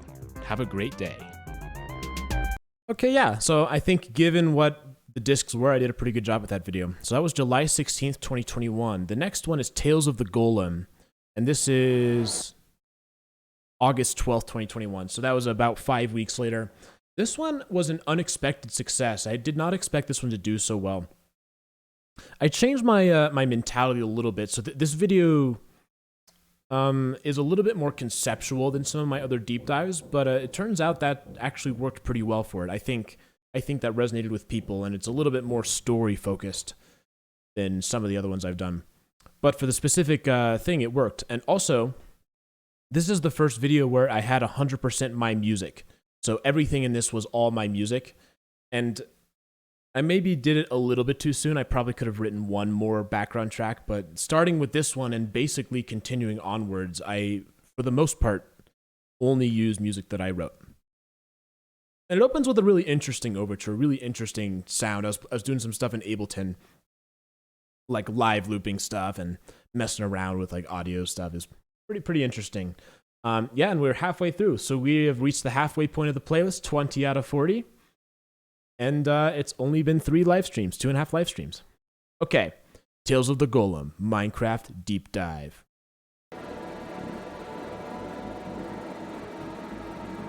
The Minecraft world is full of life. There are trees, grass, and animals. There's another one that starts with the Minecraft world. Okay, not the world of Minecraft, but this was the Minecraft world. Same idea.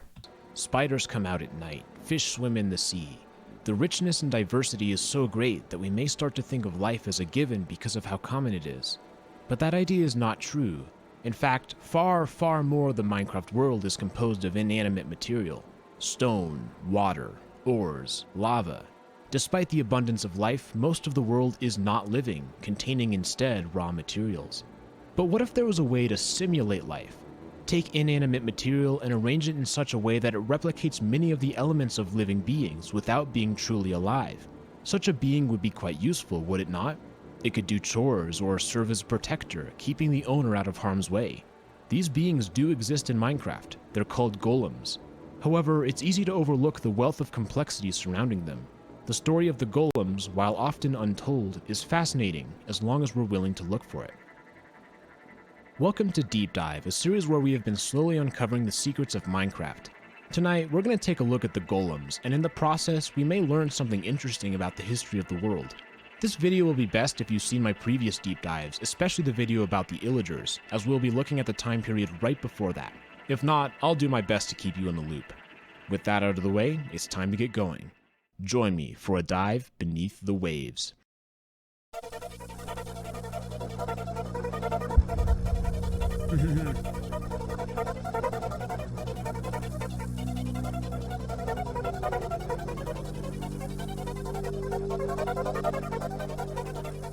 The idea of the golem is a pretty cool opening sequence. It's a lot different than everything else in terms of what the audio sounds like. For a dive beneath the waves.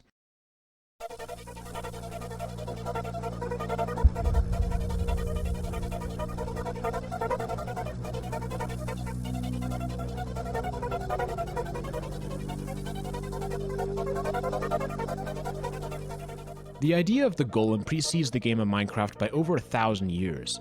The origin of the term is Hebrew, and many writings about golems exist in the Jewish tradition. While specifics differ depending on the story, they all share one central trait. A human creates an artificial creature from clay. And yeah, Revoluta, I think that's one of the things that made this theory so fun was the connection to the golem, the like tradition of the golem. They all share one central trait. A human creates an artificial creature from clay and then somehow breathes life into it.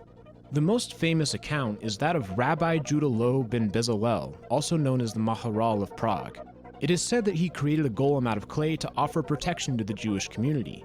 The golem was very strong and performed physical labor. Thanks for the compliment, Tidot. Really appreciate it. As time continued, the golem became deranged, threatening the people it was designed to protect. This forced the rabbi to remove the life force from the golem, returning it to inanimate clay once more. Legend says that Judah Loew stored the remains of the golem in the attic of the Prague synagogue, ready to be activated again should the need arise.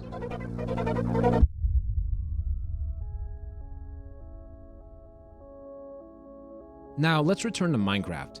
Much like the Jewish golem story, we're going to begin sometime in the past, before the appearance of the player. The ancient builders had I thought the mood building was pretty good for that section with the really strange and bizarre music and slowly like telling the story. I think that was interesting. long been extinct, and the overworld was filled with villages scattered about. The villagers lived a peaceful lifestyle. Despite their knowledge of weaponry and armor, they didn't go to war with other villages. Instead, these villagers were pacifists, preferring to work and trade with one another. It is here that we find our first Minecraft golem, the Iron Golem. Its huge metal body appears intimidating, but the villagers do not fear it. In fact, the golem is quite friendly towards them, giving flowers as gifts. The world outside the village was dangerous, with undead enemies roaming the land. At night, they came and attacked the villages. It's here that we find the true purpose of the golem, to serve as a fierce protector of the village. It was an extremely powerful friend. A swing of its arms dealt massive damage, flinging the enemy away.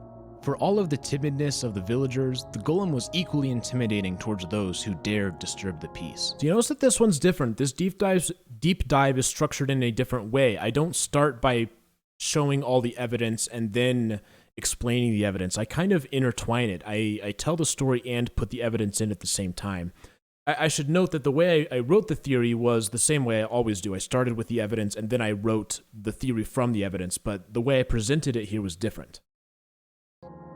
Oh yeah, so for those of you who are joining, so we just recently celebrated the 2-year anniversary of the Discord server. So what I've been doing is going through and watching every single video since the Iceberg video and basically doing like a commentary on it, just sort of to see how far we've gone as a channel.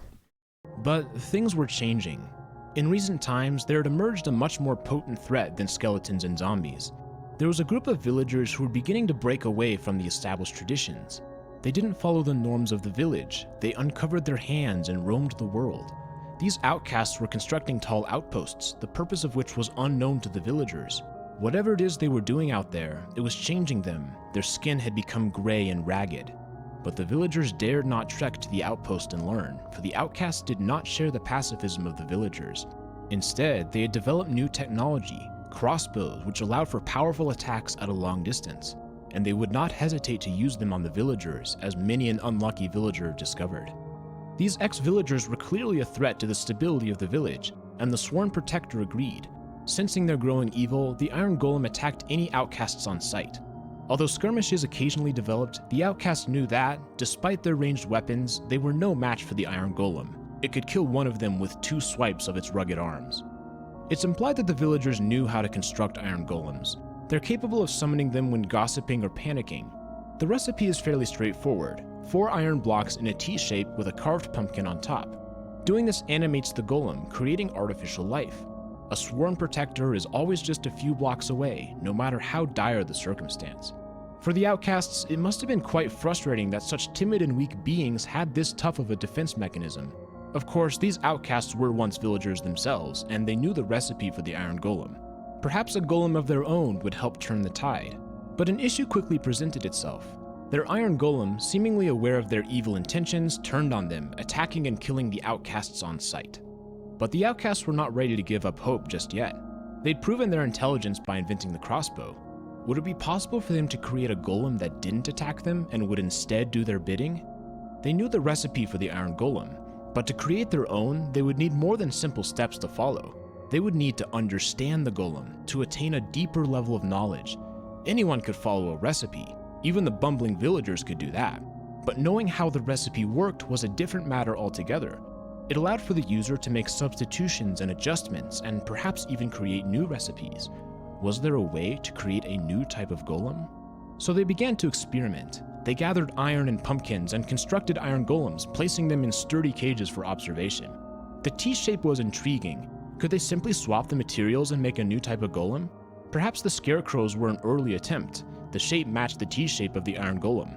Regardless, the outcasts were failing. Despite their best efforts, they could not seem to create a different type of golem. It was becoming increasingly clear that these outposts were not sufficient for true experimentation. They were quite exposed, and an experiment gone wrong could wreak havoc on the surrounding area. The group needed a home base, a centralized location where they could try things safely. So they began construction on a huge mansion deep within the dark forest. The react feature, I'm not sure what that does. They would no longer need to worry about food. Indoor farms would provide sustenance. They wouldn't need to. Is this based on See What Gaming movie video? I am not sure what you're talking about.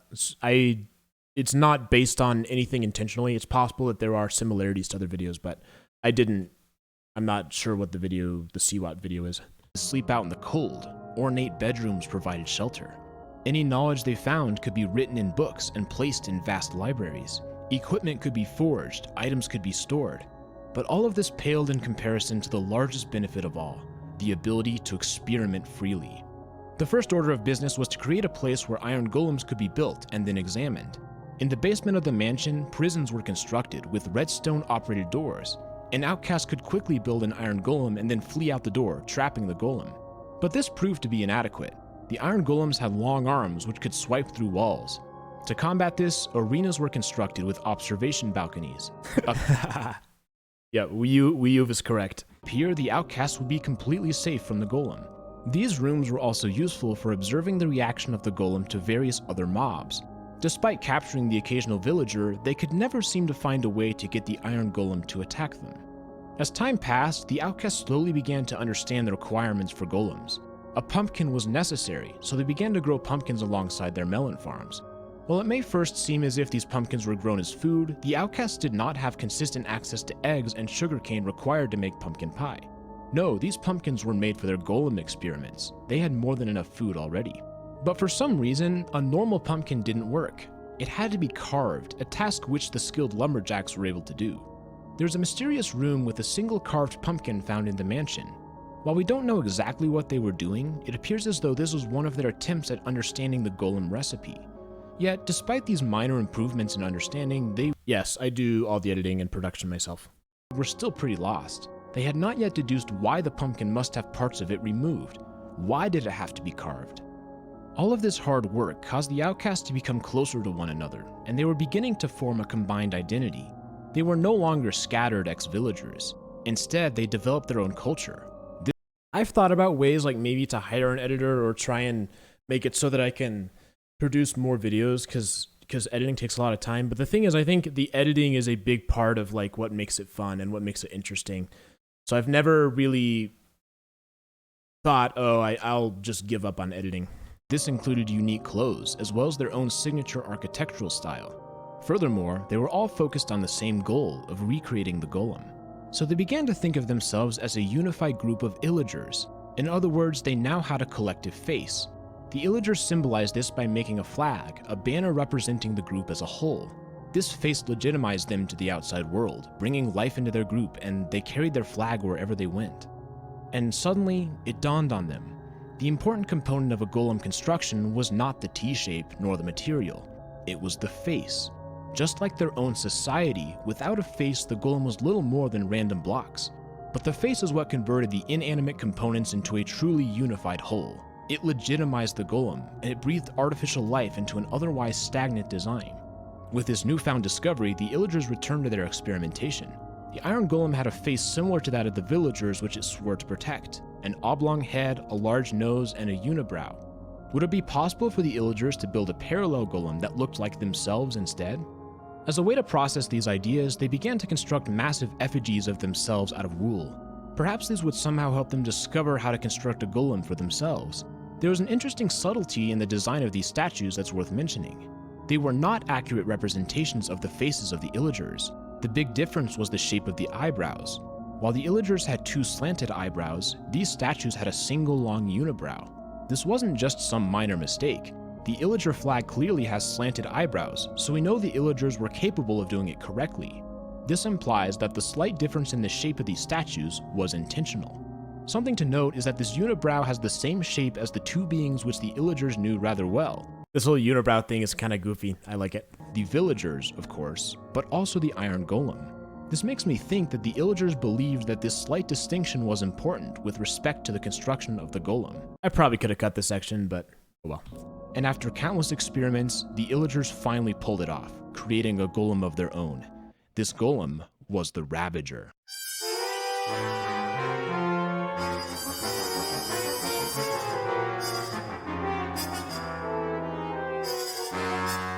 Dolly zoom.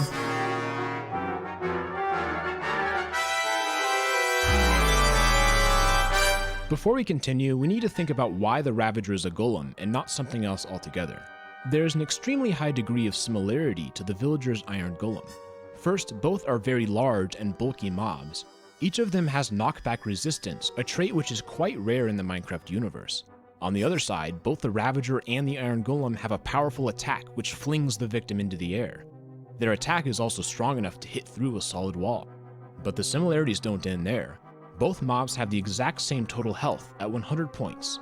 They're also physically similar. The shape of their heads are identical, with a large nose as well as the aforementioned unibrow. The motion of their limbs is another connection. The Iron Golem's arms swing as if on pin joints. The Ravagers do the same. The tops of their legs stick up unnaturally high compared to the body. Amongst all quadrupedal I have watched some game theory, but I would not say I'm a regular viewer. mobs in Minecraft, the Ravager is the only one that looks like this. Furthermore, Iron Golem But I think MatPat's great. I think he does a lot of interesting things. will never attack villagers, just as Ravagers will never attack illagers. Yet all of this pales compared to the smoking gun. Both Iron Golem Actually, it's interesting. As I got deeper into Minecraft lore, I started watching MatPat less and less because I didn't want to be influenced. I didn't want my theories to unconsciously be affected by MatPat's theories. So I'd actually go out of my way not to watch Minecraft theories because I didn't really want to see what the other options were. I just wanted to figure out what I thought would happen for myself. and Ravagers do not exist in the world naturally. Think about it. Iron Golems can be built by the player or built by villagers. They're never found wandering throughout the world. Ravagers are the same way. A wild Ravager simply does not exist. Instead, they can be found in raids in conjunction with other illagers. The illagers create them when they need them, just like the villagers. I believe that the construction of the Ravager was the first major accomplishment of the illagers. To successfully reverse engineer an Iron Golem and then use the knowledge to construct a golem of their own was no small feat. So one thing I should mention is the way I designed this deep dive where I'm talking about where I don't put the evidence first and then explain it. I sort of do it simultaneously. It feels a lot different because it doesn't have that climactic like aha moment. It's more like we naturally arrive upon our conclusion. Is it better? Is it worse? I don't know, but it's just different. So I thought I'd point it out. It was a serious extension of the capabilities of the villagers. With the construction of animated beings from inanimate material, the illagers were now firmly established as the dominant group technologically. This allowed them to assume some level of control over the villagers, making any skirmishes much less one-sided. But the illagers were not done. The capability to produce a simulation of life caused them to start thinking about control over real life and death. And this eventually led to their production of the Totem of Undying. However, we don't have time to go over that story here. If you're curious, check out the above video on the illagers, which starts at this point in the timeline and explores the totem in much more detail. No, I'm streaming on my desktop right now. Let's take a step back. While this illager story is important, there are other golems in the game, namely the Snow Golem. What makes this one strange is that there's no evidence that it was ever actually built before the player constructs it. I cannot find any depictions of it in the world, and it doesn't spawn naturally, except for the extremely rare case of an Enderman accidentally building one. Ooh, foreshadowing? That makes analysis of it a little bit trickier, although we do know that it has the basic elements of a golem, including construction from inanimate material and a face. However, it is far, far weaker than either the Iron Golem or the Ravager. This instability implies that this golem is less advanced. While it still attempts to guard whoever built it by throwing snowballs, it cannot even cause damage. So while it's dubious whether knowledge of it existed outside of the player, it is nonetheless a golem. Now, let's think for a second. Is there anything else in the world that may be artificially constructed and also serves as a guard or protector? Well, the very word itself offers a clue. What if the guardians that protect the ocean monuments are also golems? It's an idea worth considering. First, despite the fins, these guardians are clearly not fish. They survive on land indefinitely, which no fish in Minecraft can do. While axolotls can survive for 5 minutes, they still eventually die, unlike the guardians. Another thing is that guardians seem to have a single sense. They can only attack players within line of sight. When they do, they fire a bizarre laser, unlike anything else seen in Minecraft. Furthermore, they look extremely similar to prismarine blocks. They even have the unibrow, just like the Ravager and the Iron Golem. The Elder Guardians are also interesting because they're the only mob in the entire game which can never respawn. Every single other mob has a way of spawning again, even bosses like the Ender Dragon. But this is not true for the Elder Guardian. A finite number exists in the world. Once they're gone forever. If they truly are golems, then perhaps this is because there's no one left who knows how to build them. If you've seen my monuments video, I argued that there was an ancient humanoid species known as the Ancient Builders. They constructed many of the overworld structures, including the monuments. Dank Pasta Master asking the real questions here. If our analysis is correct, then it means they also had knowledge of how to construct golems. And while I cannot prove it, I suspect that the pumpkins we find in shipwrecks were used in construction of the Guardians. The greatest philosophers could not figure out the answer to that question. It seems to align with the research from this video as well as the deep dive series in general. As with all deep dives, I encourage you to make up your own opinions instead of trusting my analysis as absolute truth. For those of you who've seen the whole series, you'll notice that I structured this video in a slightly different way, attempting to tell the story while bringing in evidence instead of the other way around. Oh, well, that's what I've been saying, so. However, there are some parts of this story which remain unclear. For example, why did the Illagers leave the village in the first place? It may be as simple as them thinking differently than the villagers, or there may be a more explicit reason. Whatever it is, we didn't quite figure that out for sure. Another potential issue is that we don't know what material was used in the construction of the Ravagers. Nonetheless, I felt that this hole did not outweigh the many other elements that are golem-like. In some sense, it kind of looks like mud a little bit now that mud's been added. I don't think that really makes sense to build a golem out of mud, but it does look a little bit like it. Perhaps a deeper question is, how did the villagers know how to construct a golem, since the development of the Ravager ultimately came from this knowledge? It seems unlikely that the villagers could have discovered this on their own, given that the rest of their technology is much less advanced.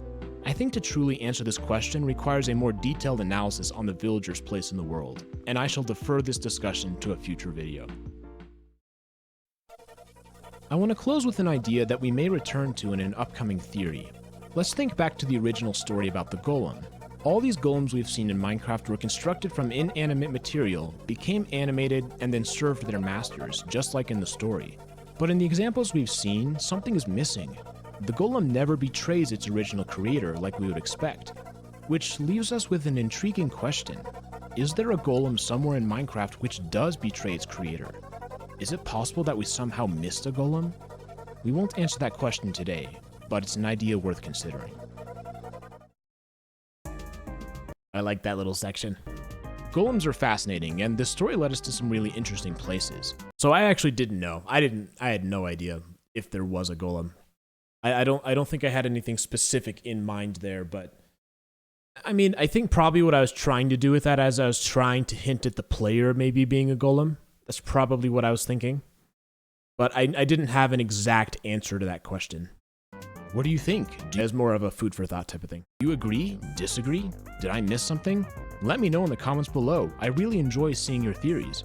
You can also head on over to the RGN Live Cookie 5, Valentino, Discord, and the RGN subreddit to share your ideas. I put a link in the description. We're starting there's Lee me as a burrito to approach some of the really big questions of Minecraft. This one's been around for a while.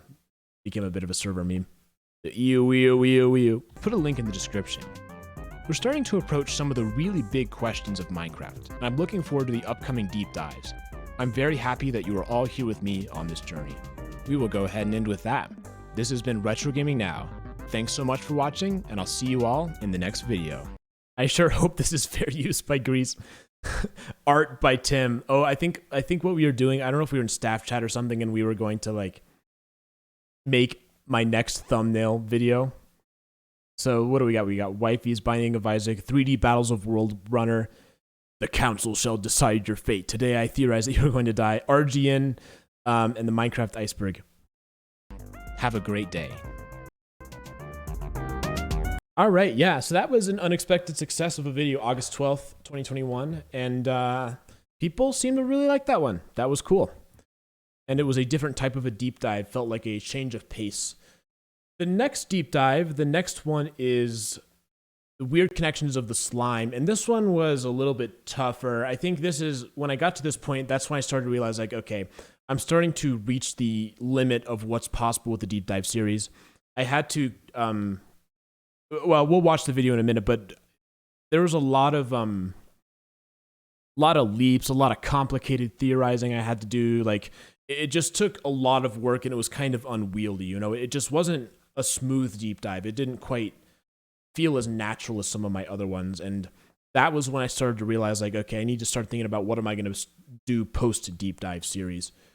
And I would say this next section of videos, this next group of videos, is when I started to struggle as a creator. So it's when I started to really enter the second year of content creations coming up in here. And I had a bit of a sophomore slump, so to speak. So the idea that when you enter your second year, it's hard to know what you're going to do to continue to be successful long term. And it took me a while to get past that. And I don't think I really figured it out until sometime around here. And maybe I would say this is the real time when I got past that. So this next sequence of videos is a little bit of me trying to figure out what I'm going to do next, trying to figure out where is this channel going to go. And you'll see, we will see together that I had mixed success. So not everything worked. There's definitely some things that did not work as well as others. Okay, Weird Connections of the Slime, Minecraft Deep Dive. 374,000 views. Let's see. August 26th. 2020. Minecraft has a lot of mobs that are interesting in some way. Examples include bosses like the Ender Dragon and the Wither. These are enemies that exude mystery. Their mere presence seems to beckon us to try and figure out who they are and why they exist. Yet there's another mob that, at first, may seem quite dull and forgettable. I'm referring to the slime, a squishy green cube that hops around. It's one of Minecraft's simpler mobs, and most people probably won't see anything special. But the slime is one of those things that becomes increasingly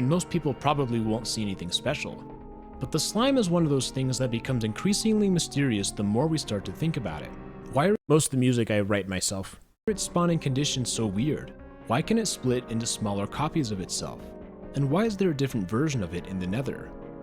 Welcome to Deep Dive, a series where we've been exploring the secrets of Minecraft. Tonight, we're going to take a look at the slime, and in the process, we'll discover some fascinating connections that may be unexpected. While it may be useful if you see my previous Hydrate was redeemed. deep dives, I'll do my best to explain everything here. With that out of the way, it's almost time to investigate the slimes. Join me for a dive beneath the waves.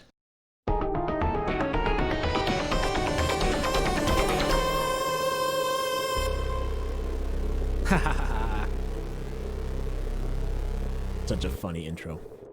Before we get started, let's hear from our sponsor, Core. One of the things a lot of you may not know about me is that I'm Blah, blah, blah. I'm going to skip this sponsorship segment.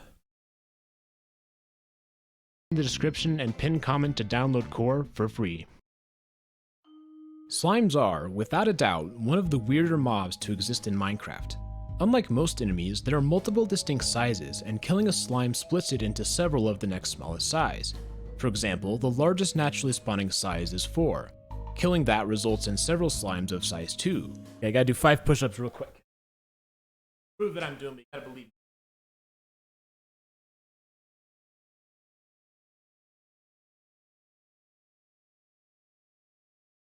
Killing those produces size 1, and killing one of those drops a slime ball, which could be thought of as size 0. While each size differs in attributes like health and attack strength, they still look and act identically to one another. To rephrase, the size of a slime does not fundamentally change what the mob is. This property distinguishes the slime from most other mobs. In Minecraft, we can't simply chop a cow in half and expect both sides to still be functional. The reason for this is that the cow is a complex life form, and an arbitrary cut may potentially sever important connections between internal organs. But this is not the case for the slime. Any potential cut of the slime causes it to remain living. All of the smaller slimes retain the capabilities of the larger one. This property is more like something we would expect to see in a plant or fungus, not a complex multicellular being. There's a real-life example that has an obvious connection: slime mold. While the term refers to about 900 different species, they are united in several interesting properties. First, slime molds are single-cellular organisms, meaning that individual cells can live and survive on their own. I think this slime mold thing is a pretty cool connection. I like this idea. But something strange. Is my music available on any streaming platform? Yes, I have a SoundCloud. I think it's soundcloud.com/retrogamingnow. My username's the same. I can't remember what the specific URL is. Change happens when many of these cells group together. They congregate and begin to simulate a singular organism. Kidder says, what makes you get these ideas for videos? It really depends. I think some of it comes from other people, so I read the ideas on my Discord. Some of it's just things that just come to me. Sometimes back around this time, what I do is I'd look around the Minecraft wiki and sort of find things I hadn't talked about yet. I think ideas come from a lot of different places. Sections of the group can create stalks, which develop fruiting bodies to aid reproduction. They can work together to find the best pathway through a maze, avoiding harmful locations. Furthermore, there is some research which suggests that slime mold can remember some types of knowledge even during dormancy, a property which some scientists refer to as primitive cognition. It's a fascinating emergent property. Remember, these are all individual organisms working together. We can rip slime mold in half and each side will continue to grow and operate independently. What we're seeing in Minecraft is remarkably similar to the real-life slime mold. Slimes are not complex multicellular beings. Instead, there are many single cells working together to simulate certain elements of a multicellular being. It's a substance that, even when split in half, continues to show the same properties and behaviors. It has eyes and a mouth, quasi-organs like the slime mold's fruiting bodies. It has a simple intelligence, capable of targeting players and avoiding the dangers of drowning. Slimes are unlike any other overworld mob, and this slime mold connection offers a solid explanation for many of their oddest qualities. This is an important step forward in our understanding of the slime, but the mysteries definitely don't end there. Slimes have some of the most unique spawning mechanics in the game. They spawn in two locations with very specific but different conditions. The first is that slimes can spawn in swamp biomes at night, but not just any night. Their tendency to spawn is directly connected to the phase of the moon. During a new moon, slimes do not spawn. As the moon becomes fuller, slimes spawn more and more often until the full moon, when they are most likely to spawn. This chance goes down as the cycle completes. So the obvious next thing to figure out is why the moon phase is important. Slimes are not the only mob whose spawning mechanics are affected by the moon. During a full moon, skeletons and zombies are more likely to spawn with enchanted gear at a higher level. Spiders are more likely to spawn with potion effects. And half of all cats are black. Each of these effects is, in some way, tied to magic. Am I going to talk about how the moon phases don't make sense either, or do I just sort of take it as it is? I'm sure I've got a question somewhere. Kidder says, have you ever done a collab with another YouTuber? Actually, I just did one. Go check out Wifey's most recent video about the music discs. I collabed with him just recently, a couple days ago, actually. Enchantments are clearly magical, as are potion effects. Furthermore, black cats are always found in witch huts, which implies that they too have some sort of magical connection. It appears as though there's something about a fuller moon which causes magical events to occur more often. But what? One of the tricky things about the astronomy of Minecraft is that it does not work in the same way as real life. The sun, moon, and stars all move in unison. This is inconsistent with the fact that the moon has phases, which would normally be caused by the lunar orbit around the Earth. So looking to the astrodynamics of the Minecraft world for our answer is not going to help us. We're forced to take the celestial bodies at face value instead of trying to figure out how the phase works.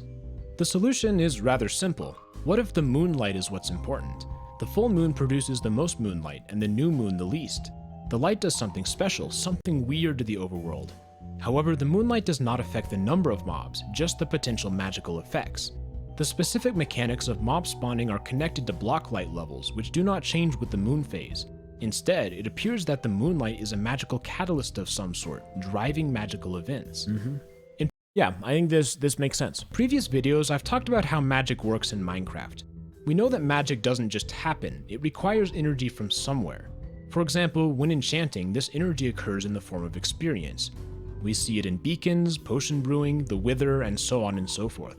While the details are explained more fully in the above video, for now it's good enough for us to know that this magical energy exists and is active in all known Minecraft magic. One potential explanation is that the moonlight contains some of this magical energy. That's why magical events occur more often with more moonlight. But there's one mob that is so closely tied to the moonlight that it cannot spawn without it, which is, of course, our slime. Will I do another Iceberg video? I can't say no. There's a possibility I will, but I would say that there's no plans right now. This implies that the slime is, unlike most mobs, an inherently magical being. Slimes cannot exist without this energy. It's a fundamentally different type of life form. We've already seen evidence of this during our slime mold discussion. Is it possible that these bizarre properties are driven by the magical energy radiated in moonlight? But why swamps? Well, the answer may be quite simple. Swamps tend to be hot and humid, and perhaps this produces the best conditions for the weak energy from the moon to spawn slimes. So for now, we have at least some understanding of the first spawning condition of slimes. I think all this makes a lot of sense. I think it's the back half of the theory where things start to get a little bit more tenuous. Maybe not quite so solid. But one very curious mystery is that slimes have a second, totally different spawning mechanic. Deep underground, far away from the swamps and moonlight on the surface, we can also find slimes. It must be below level 40. It happens regardless of light level and independent of the moon phase. But strangest of all, it only occurs in specific chunks, called slime chunks. Honestly though, I really had no choice but to try and find some explanation for this, because this is very strange and it's one of the key components that makes slimes unique. These comprise about 10.4% of all chunks, and they are distributed randomly, without any sort of pattern. The main reason I'm not popular on Twitch is I haven't really advertised my Twitch on YouTube. I mostly just advertise it to Discord people. And part of that's just because I sort of like the small streams. Maybe I should advertise on YouTube at some point. I'm probably confident enough at streaming now that I could do a bigger stream. But for a long time, I just wasn't comfortable with having a ton of people on stream. It is in these chunks that the second spawning option may occur. This is totally bizarre. It would be strange even if we didn't see slimes above ground. But together? How is it possible that such a unique mob occurs in two totally different places? Well, let's try and think through this. One sticking point is that there are literally no other unique features about slime chunks. They can occur in any biome, and it's exactly what I said, is I did not want to stream to such a large audience because my streaming skills are not as good as my video production skills. That's what it boils down to. The only thing that makes them special is that slimes can spawn there. It's therefore tricky to determine what is different about them.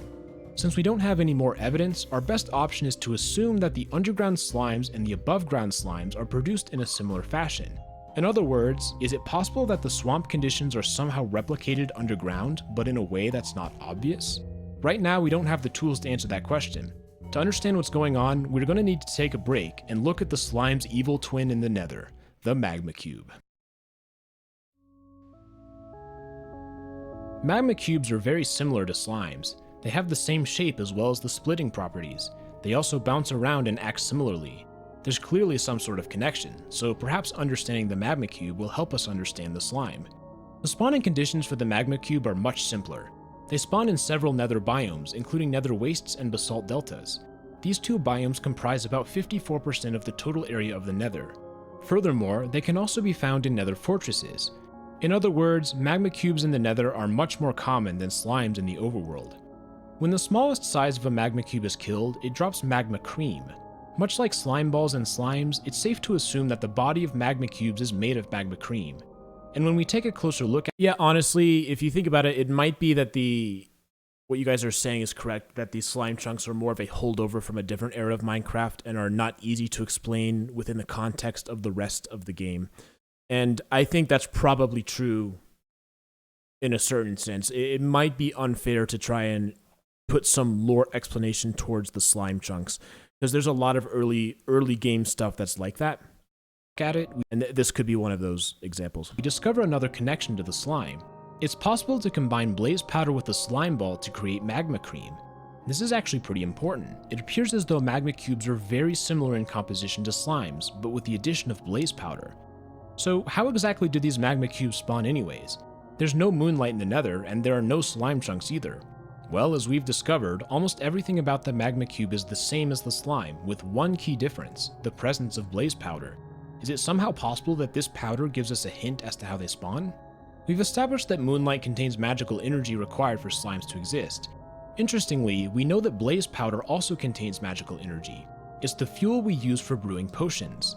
In other words, it's crucial for the production of many magical effects. We also see it in Eyes of Ender, powering interdimensional teleportation. Blaze powder and moonlight contain the same type of energy. While blaze powder is seemingly more potent, their basic capability is the same. It would therefore seem possible that the blaze powder in the magma cube serves as the magical energy necessary for the cube to exist, just like the moonlight for the slimes. Blaze powder is found throughout the Nether. We see it indirectly with the magma cubes, as we've talked about. More explicitly, it's clearly connected to the blazes themselves. Furthermore, both the blazes and the gas can shoot fireballs, which are extremely similar to fire charges, crafted using blaze powder.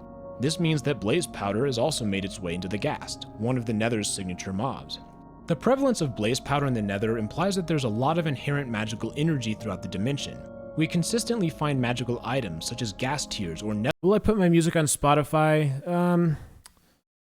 I would say most of it in its current state is not refined enough to go on Spotify. Nether warts, far more often in the Nether than we do in any other dimension. Yeah, you can't grumble me. That's totally right. It is much easier to stream for longer since I'm not constantly talking. An interesting element of this is that magical energy is not equally distributed. One example is the Nether Fortress. These areas spawn blazes and magma cubes, and are thus the most common place where blaze powder can be found. I won't get into the details of why this is here, but you can watch my video about the Wither for more information. For our current discussion, the important thing to understand is that magical energy is found more densely here than in other places. Yet while Nether Fortresses are the places with the most blaze powder, there's another location where it occurs that is a lot more subtle. Blaze powder is found in magma blocks, which can be crafted using magma cream, which, as we already know, contains blaze powder. Magma blocks are generated randomly throughout the Nether. There's a chance for any netherrack to be replaced by a blob of them.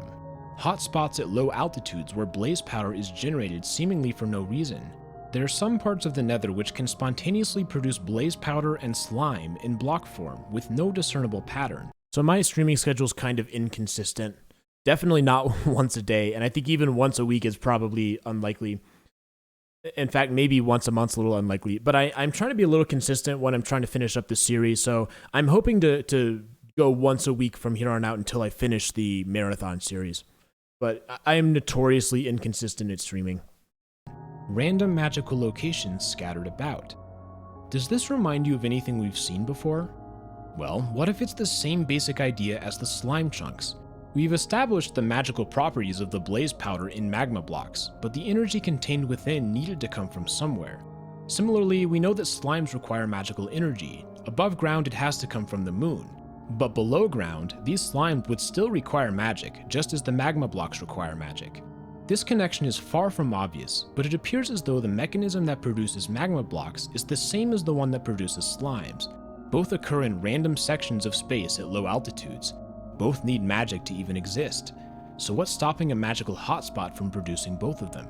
So I don't think this reasoning is inherently bad. I think it has a certain type of logic to it, but maybe more what I would criticize is this the best thing to put in a YouTube video, right?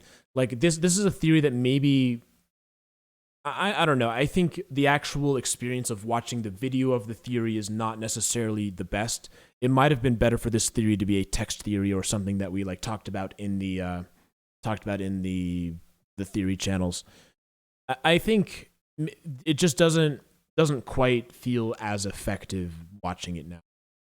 If this is truly the case, then why do the Nether hotspots create magma blocks but not magma cubes? It may simply be that cubes are a higher energy level than blocks. After all, there are places in the overworld where magma blocks can spawn. It's also one of those theories that tends to rely on the idea of magical energy, and I think those, as I've said previously on previous streams, those are not always theories that connect and resonate with people. Deep in underwater ravines, for example. But even the most extreme environments of the overworld pale compared to the Nether. We do find them in some of the harsher biomes of the Nether, such as the basalt deltas. Slimes, on the other hand, do not require anywhere near this level of energy to be produced. Dull moonlight is enough. This implies that, while similar hotspots occur in the overworld, they're much less powerful than in the Nether, and could not produce anything more than a slime. Let's get a quick recap. Slimes require magical energy to be produced. In the overworld swamps, it occurs as moonlight, but this magical energy can also be found in dense hotspots deep underground. We know this is possible because we see the same thing happening in the Nether. Fortresses are the most extreme examples, but it also occurs in places with magma blocks. This theory is somewhat complex, and it relies on a conjunction of seemingly unrelated ideas found in totally different places. On their own, each piece of evidence doesn't tell us much. However, when put together, a theory forms that is more complex than the sum of its parts. And there's a certain level of cleverness in that, I think. But I think the criticisms I said a couple minutes ago still stand. Just like real-life slime mold, lots of small parts work together to produce something far more interesting. Now, as with all theories, I encourage you not to take my words as truth. Rather, think about the evidence and come up with your own ideas. There are a few things we need to discuss about this theory. One aspect that we did not totally explain is why these hotspots exist randomly. We've talked in previous videos about some things having more magic energy than others, but what makes these hotspots special? One option is that it's just truly random noise. That's how it's presented in-game. But it's also possible that there's some in-universe reason for these specific locations. Either way, we don't really know for sure. There may be some people who counter and say that magma blocks exist just because of heat, and not some inherent magical energy. But it seems to me that the two might be connected. Blaze powder is obviously hot, and more magical beings occur in the Nether, the hottest place of all. Furthermore, portals require heat. So while magma blocks could be considered a product of a hot environment, I would argue that most magic requires some form of heat to begin with. I'm not convinced we can totally separate the two, especially considering the magical blaze powder found within the magma block. This was not an easy theory by any stretch, and we had to search far and wide to find any sort of explanation. Still, I believe this theory is at least plausible enough to be considered. Does it make sense to you? Okay, Sulfur Delta. Ooh, very ripped. Retro Gaming Now. Did I miss something? Am I totally incorrect? The main purpose of this video is to get a discussion going.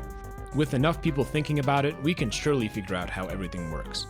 If you think you found something, please mention it in the comments below. You can also post it on the RGN Art by me. Beef flavored water. subreddit, or come on over Why is the internet in the water? That is a very interesting question. to the Discord server. We've had some really cool conversations. Art by Lauti, Art by Mushroom.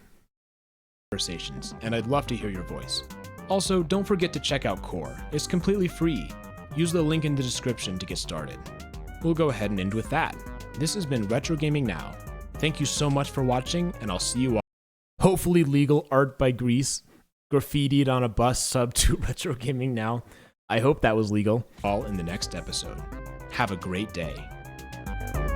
Okay, so I am going to take a 2-minute break, and we will be back in just a second, and then we're going to watch why the Java versus Bedrock debate is so angry. Rage switch. And this is a pretty good video, so see you all in 2 minutes. I'll be right back.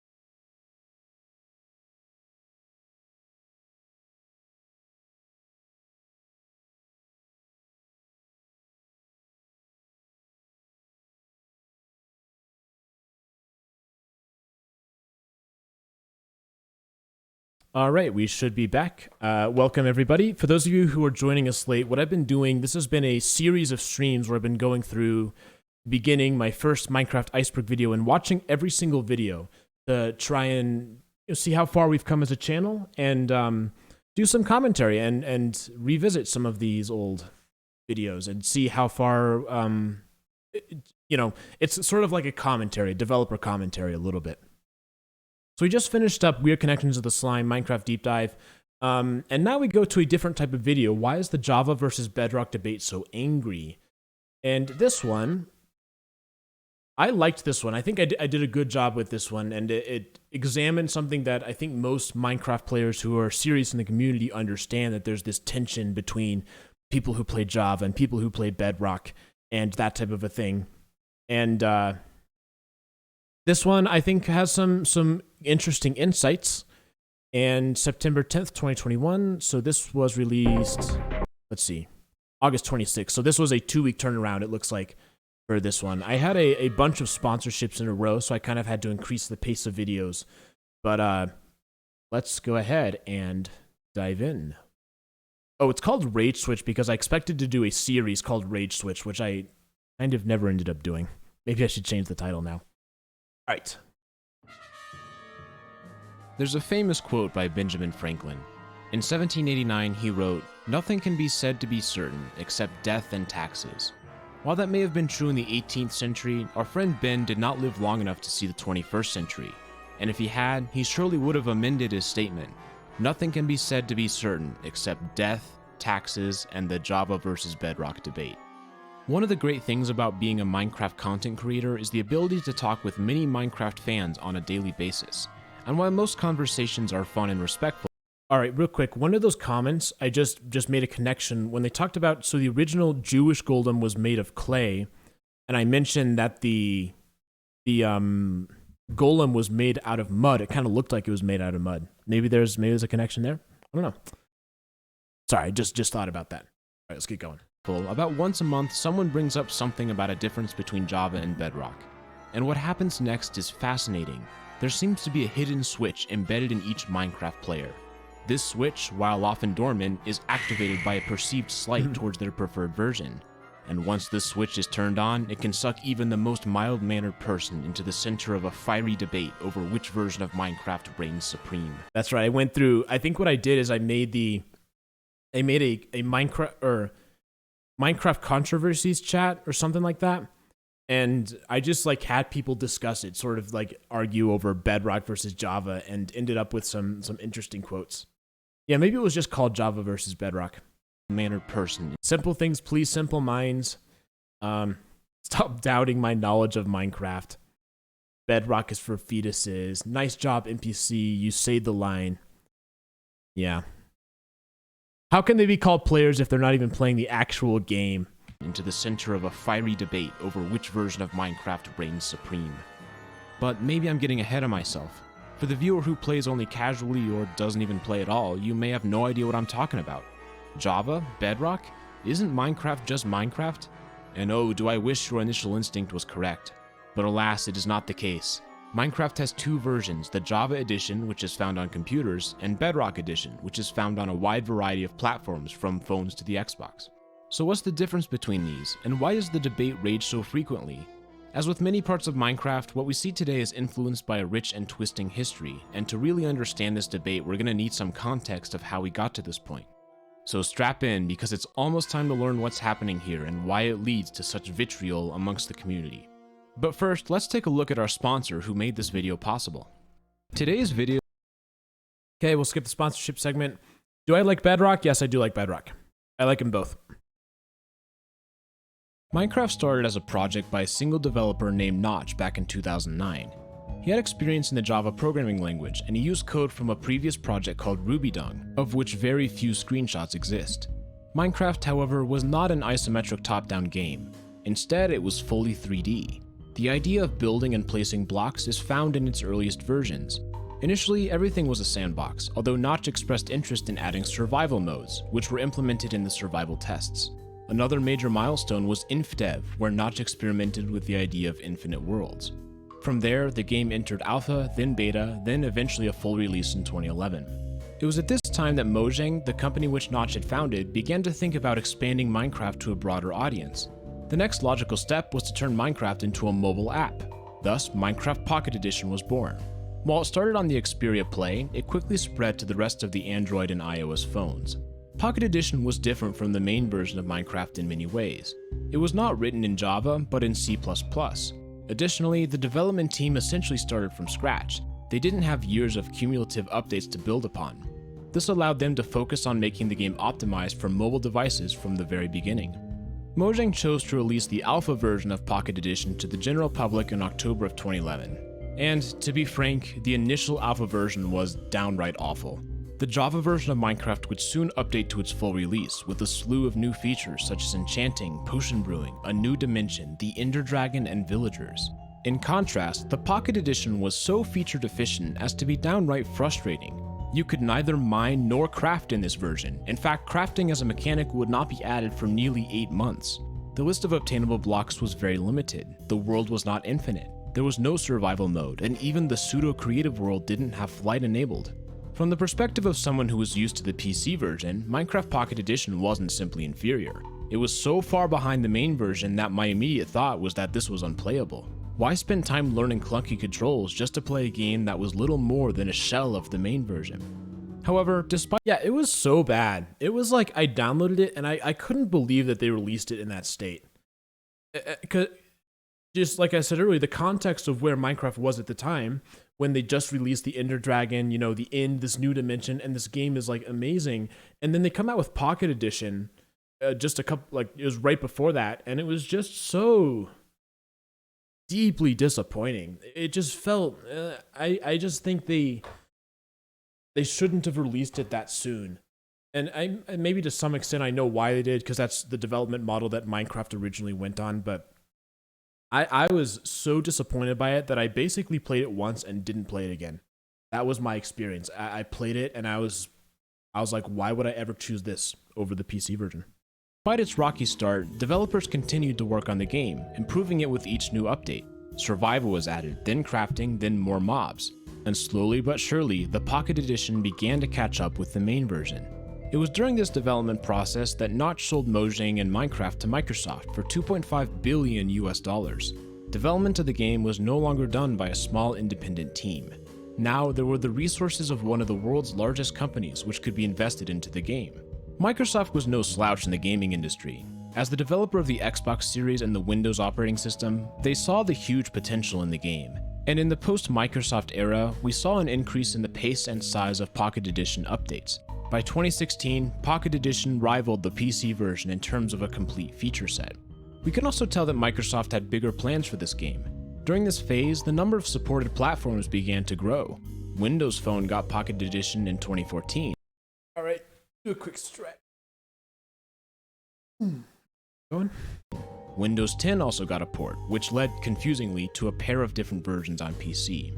And then, in September of 2017, the concept of the Bedrock Edition finally matured. Microsoft chose to end the Pocket Edition title. They added support for the Xbox One as well as crossplay. Now, anyone on Bedrock could play with anyone else on Bedrock. It was a major step forward in the process and served as the moment in time where Bedrock finally gained its identity. No longer a mishmash of similar versions, Minecraft Bedrock was a collection of games that were fundamentally the same version, even to the point of a unified multiplayer experience.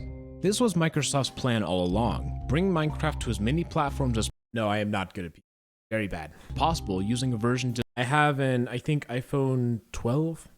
Designed for lower power systems. It was a brilliant strategy, and it enabled far more access to Minecraft than ever before. But there was a pesky problem. What to do with the original version of Minecraft?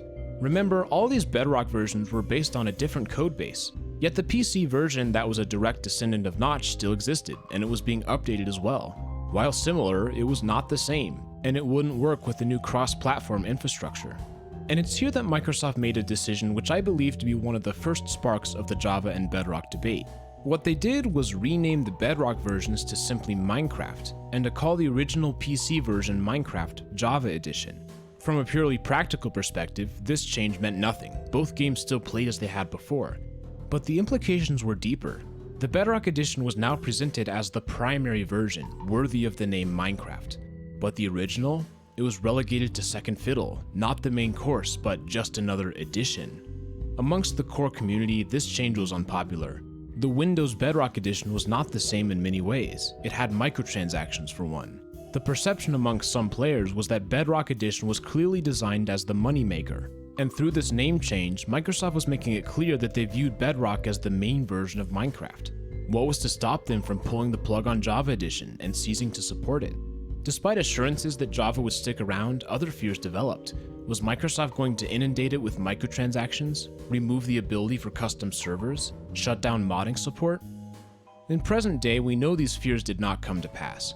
Microsoft continues to develop both versions, and neither of the two is explicitly better in terms of support. Still, I have to wonder if this moment of tension is what really started the Java versus Bedrock debate.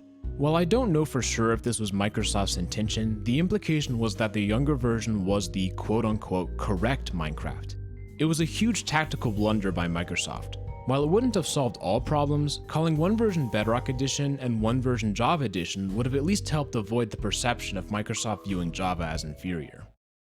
Yeah, I think that's pretty good identification on my end to sort of say that the name change was a early factor that started the division, and I still agree with that statement.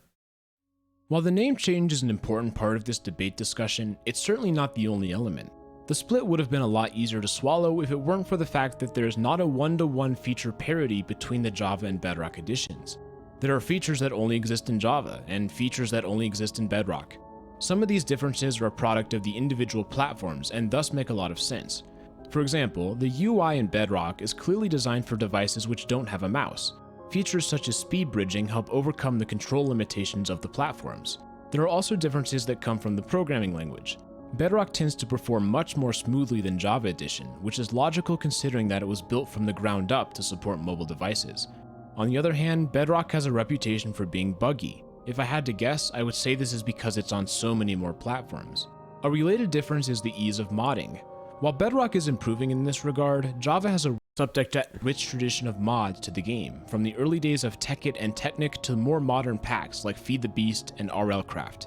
This is also logical. It's clearly much easier to make changes to a PC game than a console game, which is why Microsoft needed to add an API for the Bedrock edition. I would say that all of the differences we've mentioned thus far are logical extensions of the two versions, which boil down to either the language or the platforms. But then there are some differences that are, quite frankly, head-scratching. Redstone, for example, behaves differently between the editions, and for a serious Redstone engineer, it's enough to cause many to reject Bedrock Edition altogether. And this surely has to boil down to, in some way, like the engine difference. I don't know the technical details, but that's probably where it comes from, I would think. Combat is also fundamentally different. The spammy attacks of Bedrock result in a totally different feel than the timed attacks of Java. The offhand system works differently. Bedrock players can put a select few items in the offhand, whereas Java players can put whatever they want. There are differences in the loot tables. Villagers sell different things. Cauldrons only have potions in Bedrock. The amount of light radiated by certain blocks is different. Fence gates look different. Discs are found in different places. The Wither is stronger in Bedrock. Java has spectator mode. Bedrock has fallen trees. Java has more world types. Bedrock censors the chat. Java has different banner patterns. Steak is called cooked beef in Bedrock. The font is even different. Sorry, I went a bit off the rails there. But this to me is just so frustrating. These countless minor differences add up. That section was inspired, of course, by like the downward spiral that Implement has, but also Tentacruel. Tentacruel's not super like well known as someone like Implement, but he does the same type of things where it's kind of like a crazy going down ridiculous moment. Sorry, I went a bit off the rails there. But this to me is just so frustrating. These countless minor differences add up. And for so many of them, there's not an obvious reason why it works one way in Java and a different way in Bedrock. The thing is, the developers know this. There's an official page Sibelius crashed. On the wiki called the Parity Issue List. I encourage you to look through it to see just how bad of a problem this is.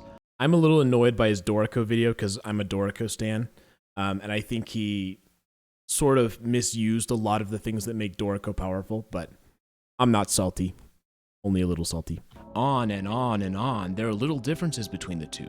This doesn't help calm the debate whatsoever. In fact, it stokes the fire. The cumulative effect of these changes is not negligible, and I really find myself wishing that Mojang had decided to put forth more effort to ensure that Java and Bedrock were more equal in terms of gameplay experience.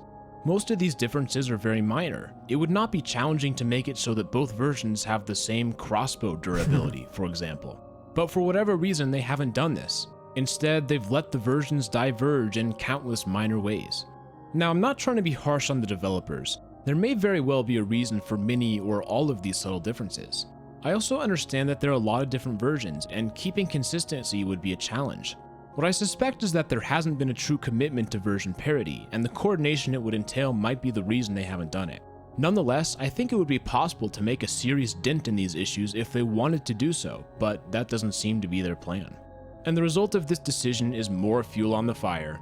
I would argue that these differences, well, make a difference. It contributes to the feeling that I've certainly experienced. Switching from one version to the other version just feels off in some way. Oh, drop it doesn't make sense. So drop it's when I'm playing Minecraft and I'll drop whatever I'm holding. But in this case, it wouldn't make any sense. There's something not quite right. If I had to guess, it's one of the effects of these little variations. It can create a bit of an uncanny valley type situation, where the game is so close to being what we expect, but the tiny bit that's different sours the whole thing. So far, we've looked at two things which I think are important reasons for this debate. The first is the name change, placing Bedrock above Java. The second is the multitude of inexplicable small differences. But I think there's at least one more big reason for this debate, and it especially explains why these arguments tend to become emotional and angry. The third difference is the segregated multiplayer. One of the huge strengths of the Bedrock edition is that there's cross-platform play with anyone else on Bedrock. You can play on a phone with someone on an Xbox or someone in the Windows 10 edition. This multiplayer infrastructure includes the marketplace, where players can buy map packs that work on all Bedrock editions. I won't get into the debate on microtransactions here. The point is that the experience is unified across all of the Bedrock editions. I can buy a map pack and send it to a friend on a totally different console, and we can play together. Meanwhile, Java players have their own set of servers, and some of these servers are pretty old, such as the infamous 2B2T, which has been around since 2010. It's not uncommon for a Java player to spend a lot of time on a particular server, learning the community and building cool things. Now let's imagine a scenario where I just met a new person in real life. We're talking about video games, and we learned that both of us love to play Minecraft. Awesome, we can play Minecraft together. But it turns out that I play Bedrock and you play Java. So we can't play multiplayer, the servers are different. Oh well, then at least let me download your cool build so I can play it on Bedrock. But we can't easily do that either. Oh, you're getting into this mod pack called Feed the Beasts? Too bad I don't have that on Bedrock. Can you at least send me your cool skin so I can use it on my Xbox? Well, about that. Do you see what's happening here? The dual version system, There's no reason for the ash skin. I just picked something. by its very existence, creates a divide. It's easier for Java players to That shatter just startled me. The dual Jump scare. version system by its very existence creates a divide. It's easier for Java players to talk to Java players, and it's easier for Bedrock players to talk to Bedrock players. I have to wonder if this has anything to do with why the debate rages so fiercely. The system exists in such a way that it becomes increasingly hard to experience the other side, since there is so much that doesn't carry over. It's a pretty tall task to convince someone to leave their version when all their builds and all of their friends would be left behind. Minecraft, for many people, is a very emotional game. There are a lot of players who grew up on one version or the other. The worlds we create, they mean something to us. We're not just beating Oh, this was the moment when Aramy killed me. levels in a game, we're building our Top 10 moments before disasters. own places, our own stories. And like it or not, the version we play can become a part of this emotional investment. If I'm a Java player and I've been playing for years, all of those fond memories are connected to the Java version. While Bedrock is still Minecraft, it's not quite the same, is it? So to reiterate, the dual version system naturally pushes people into two camps, and there's also incentive to stay in that camp. And when we spend so much time with a certain game with certain people and certain mechanics, we can associate those fond memories with our specific version. A criticism of our edition can sometimes feel like a criticism of these memories. Someone claims that Bedrock is the inferior version. Are they saying that all of the friends and all the things I built were done on a relatively bad game? I don't know if this is actually a factor or not, but maybe it's a way to help explain why people get so aggressive when defending one or the other. Obviously, this isn't universal. There are certainly debates that remain civil. That switch from the beginning, though, that turns a mild-mannered person into a raging argument machine. I have to wonder if the deep emotional connection so many of us feel to the game helps explain this. At the very least, I think it's true for me. This video is looking at the problem as a whole, but at the same time, I'm trying to understand why I personally get sucked into these arguments. But is that really who we want to be as a community? Do we want to think down upon the people who play a different version than us? Do we want to find ourselves typing angrily at a person with whom we have so much in common, besides the specific version of the game we play? Let's take a collective breath. It's okay to talk about the differences, but it makes me sad to see fellow Minecraft players going after each other's throats. When the temptation arises, maybe we can make the choice not to pull the switch. It's time to start wrapping things up. I have some concluding remarks to make. As I mentioned, I think some of the blame for this debate falls on Microsoft. The name change and the lack of version parity are both decisions which I feel made this whole situation worse than it needed to be. But even if neither of those had happened, the natural split in the community may still have resulted in these types of debates. It's hard to know for sure. I want to make something clear. This whole analysis is just how I see the issue. I've been playing for over a decade, and I also get to talk to the community on a regular basis as part of being a content creator. I feel that this gives me a unique perspective when it comes to understanding the debate, as I've seen it play out more times than most people. Still, we all have some sort of bias. I've done my best to think about this whole thing from a neutral third-party perspective. Nonetheless, if I accidentally said something that was aggressive or unnecessary, I want to apologize for that. More than most videos, this is a very subjective topic. I want to hear your thoughts. Did any of the things I said resonate with you? Or is there an angle that I didn't see? This is a phenomenon that doesn't exist in quite the same way with any other game I've played, and hopefully this video helped us deconstruct some of the possible reasons for this debate. As always, you can head on over to the RGN Discord or subreddit to share your responses. I'm genuinely looking forward to reading your thoughts. We'll go ahead and end with that. This has been Retro Gaming Now. Thank you so much for watching, and I'll see you all next time. Have a great day. Yeah, I think this is a good video. I think this does a good job of figuring out what are some of the reasons for the debate. Because I think anybody who really gets into the Minecraft community and who spends any time in these circles will have experienced it at some point, this divide, and people just have this tendency to become emotional. They become angry. It becomes personal for them. And I think my three reasons, what are my three reasons? Where I think one of them is so the name change creates the perception that there's a difference between them, the actual differences, and then the memories, the player-player interaction is different between those two.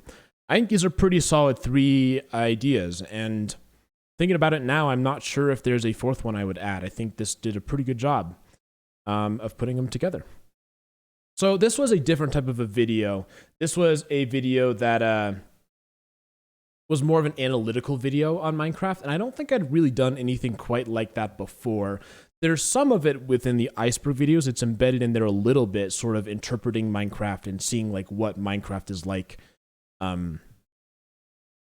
just like thinking about what it's like from an analytical perspective, as I said. But this one was the first one that was like really trying to dive into that, and I think it was effective. I think it was good. 833,000 views, September 10th, 2021. So then we go back to the deep dives. This was October 8th, 2021. So that was about a month later. And this is a different sort of a deep dive. This is the Ancient Zombie Massacre. So this was about the time, and I mentioned before, where I started to struggle a little bit as a creator. And I am trying to figure out what to do, and I've been waiting for a long time to like make this deep dive, and I thought it was going to be such a big hit, and it turned out that it wasn't. This deep dive was not as popular as some of the other ones, and I don't think it quite connected. And I think part of the reason is I started to overthink it a little bit. So we'll see that so I'm not totally sure if it was this one or this one. I get these two videos confused. So what I'm saying might not actually be for this one, but for one of these two videos, I started to get to the point where I would overthink YouTube, where I wasn't being free, I wasn't being relaxed, I was feeling a little bit of pressure to do it. And honestly, I think it's actually probably this video, not this one. Since I don't quite remember the difference between these two, we'll just hop in and I will commentate live. There's something wrong with the Minecraft world. We don't usually think about it, instead preferring to explore or build or any other number of things to distract us. But despite all of this, it's hard to escape a sinking No, I won't play Minecraft today. This is just a video stream. Feeling, the idea that everything we see is in the shadow of some past apocalyptic event. There's evidence wherever we look. Ancient and abandoned structures decaying in faraway lands. A piglin society unable to reach their full potential. So this video had a pretty substantial chunk of music written specifically for the script. So I wrote the script and the music together. So that was something that I'd never done before, and I tried. And I'm curious to see now if it works or not. And when that gets going, I'll let you know. It's about halfway through. Yet, above all else, there's one big problem that becomes more unsettling the more we think about it. Throughout this world, there are undead enemies everywhere. Zombies, skeletons. During nighttime, an unthinkably large number of them begin to appear. They're very similar in size to the player. They can use much of the same equipment. It implies that there used to be an ancient species that had colonized the entire overworld, from the deserts to the ice fields. Yet, for some reason, every single one of them was infected, becoming undead. And through this seemingly mundane occurrence, hidden in plain sight is one of the most important questions in the entire game of Minecraft. What happened? Welcome to Deep Dive, a series where we have been exploring the secrets of Minecraft. Tonight, we are finally going to look at what may be one of the most important events in the history of the Minecraft world. What happened to the ancient builders? This is a video that will certainly be best if you're completely caught up on the Deep Dive series, especially with these videos here. However, I'll still bring you along even if you haven't seen them. Just know that there will be some spoilers. With that out of the way, it's time to get going. Join me for a dive beneath the waves.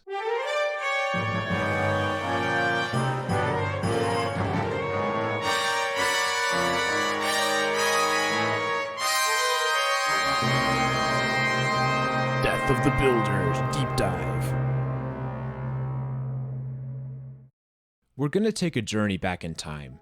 Back before the player spawns, before the Ender Dragon, before the villagers and the piglins. We're going back to the start of our Minecraft timeline. The world is a much more peaceful place. Animals roam the land, eating grass and flowers. It's a new world, untainted by the presence of intelligent life. It's balanced, and the ecosystem grows and evolves naturally. But wait, out in the distance, there's a new group. They're humanoid and possess a sharp intelligence, and perhaps their most unique trait is their capability of construction. These are the ancient builders. Their true origin is unknown, yet here they are, quickly developing a society. These builders are extremely curious. They analyze the world around them, asking tough questions like why and what would happen if we tried this. They're experimentalists at heart, not happy with the current state of things. Instead, they look towards the future and want to progress themselves. So that was supposed to be like a foreshadowing, the idea of like, oh, eventually they're going to build these things, but it did not come off. It was not effective. People were like, why did you show a video of the pyramids if they weren't built yet? And watching it now, yeah, I understand why. The current state of things. Instead, they look towards the future and want to progress themselves. It starts out simple. The builders discover that wood is a useful material which can be used to create a crafting table. This allows for the construction of tools, a pickaxe which is suited for breaking stone. It doesn't end there. Stone can be used to make an even better pickaxe, or a sword, a tool useful for slaying the animals of the land for food. It can also create a furnace. No longer do they need to cook meat on a campfire. The furnace has the powerful property of being able to refine special types of rock called ores. This produces iron, a far tougher and more durable material. Iron pickaxes chew through rocks.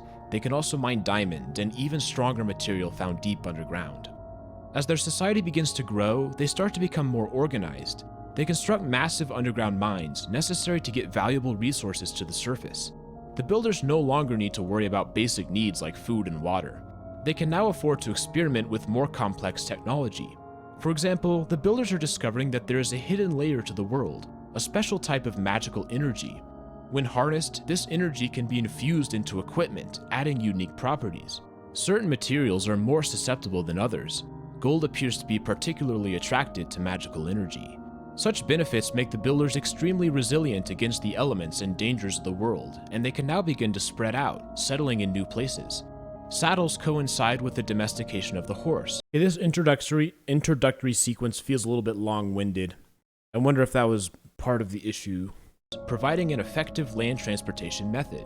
The builders discover how to construct ships which can traverse the vast oceans with ease.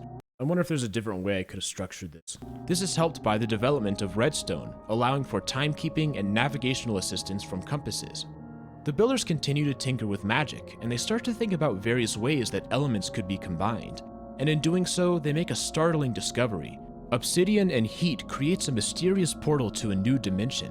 The elements are extremely hostile, but it's worth the journey. The Nether contains... I don't really explain why, I just tell you it, and that's a deviation from other deep dives. I do explain it in a future video, right? I go back and explain the whole theory in more detail, but this one was leaning more on the story side, and so far I don't think it's super effective. Powerful magical components. Using these, the builders discover potion brewing, a third use for magical energy. They construct massive nether fortresses as a place to farm blaze powder. But the nether has another draw to it. Deep underground, there's a new material called netherite. It allows the builders to upgrade their diamond tools. It's so strong that the builders begin to construct bastions, outposts where they can set up mining operations to bring netherite to the overworld. Then, a startling development. Pigs, brought to the nether as a food source, have been transformed by the heat. Now they're piglins, a sentient species who are similarly intelligent to the builders. But the builders don't care about that. In the piglins, they see little more than a group capable of doing the dangerous netherite mining for them. So they dominate them, redesigning the bastions to make it very dangerous to leave. They move their portals to distant locations, trapping the piglins and giving them no choice but to mine. If the piglins never know anything else, perhaps they won't rebel. Back in the overworld, the builders are discovering new technology at an amazing rate. The eye from an ancient sea beast can be used to construct a conduit, which allows for safe building underwater. The builders create even bigger ships designed to go on deep-sea hunting expeditions. The group has also domesticated phantoms, a flying beast that is attracted to weakness, which can be used for search and rescue operations. Their society is flourishing with new discoveries. And then, suddenly, visitors. Out of the void, a group of mysterious figures appears. They are tall, they can teleport using ender pearls, and they're allergic to water. But they're just as smart as the builders, possessing the same instinct to create an experiment. These endermen come from a faraway dimension. They've discovered how to get to the overworld, but not how to return. The builders, however, have experience with interdimensional teleportation, and they know that heat and hard materials are two crucial components. Working together with the endermen, they discover how to create the end portal using materials the endermen brought with them. Blaze powder from the nether combined with an ender pearl and a special frame is the secret formula. The endermen can finally return to their home world, and the builders follow them. What happens next is a rich exchange of ideas. Endermen explore the mysteries of the overworld and the nether, while the builders discover the bizarre properties of the end. It is a period of collaboration and unity never before seen in the Minecraft world. But something is starting to happen. Some of the builders are transforming, becoming grisly, half-dead versions of themselves. And this is happening in the nether too. Some of the piglins are exhibiting similar symptoms. It could spread very easily. A bite from one of these infected beings would cause similar effects in the victim. It appears as though the builders have a novel disease on their hands. Okay, so this is where the section starts where everything from this point onwards, the script and music I wrote together. So I'd write the music and put the script on the same, timeline. And this is what I'm interested to see if it worked. And they start to realize that this had the potential to become a serious problem. If unchecked, the plague could consume the land. A plague so cruel as to destroy the mind and flesh of whoever was infected. But the builders had overcome problems before. They discovered how to reach the nether. They'd unlocked the secrets of potion brewing, developed magic, built the conduit. What could a minor sickness possibly do to an indestructible group like the ancient builders?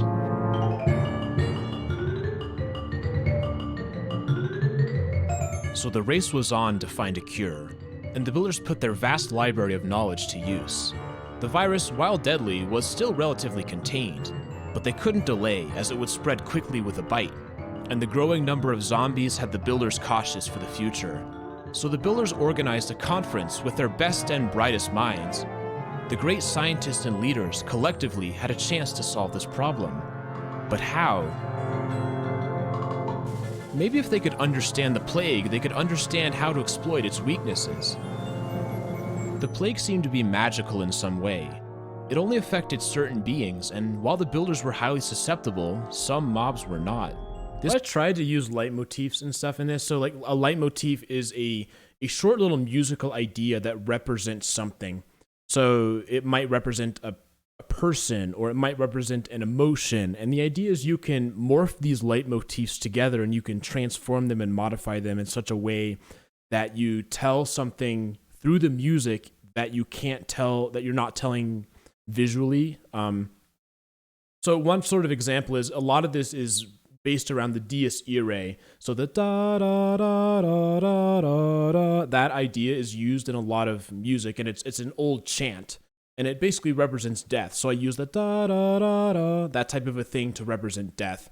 And I do this a lot in my music because it's a pretty common, I'd say it probably is a leitmotif. It's something that people understand outside of just one specific genre. But no, I'm not using any leitmotifs from official Minecraft stuff. I designed all of it myself, except for the Dies Irae is the only one that I did outside that. So if you listen, you'll hear it up in the glockenspiel, the ding, ding, ding, ding, if I go back a little bit. Foreshadowing the death of the ancient builders, that is. The plague seemed to be magical in some way. In like It only 5 affected seconds. certain beings, and while the builders were highly susceptible, some mobs were not. This included all nether mobs, as well as enemies like spiders. Cows and sheep and other livestock were not affected. The Endermen were safe as well. What if there was a way to use parts of the mobs that were immune? Could that possibly lead them to a cure?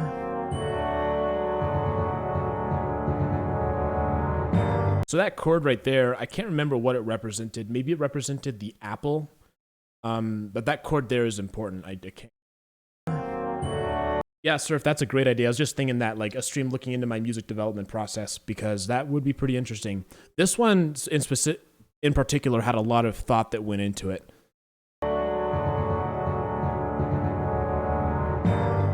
Potion brewing, of course. Why not try ingredients of immune mobs? Rabbits, turtles, none of these mobs seem to do anything. What about spiders? So a bit of a pacing error right there. I don't think that flows quite right, but yeah. Spiders.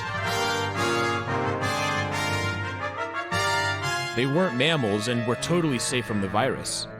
A potion of weakness using a fermented spider eye. Would this cause the virus to subside? But there was still something missing. The status effect wasn't good enough on its own. There had to be a way to augment weakness to destroy the virus.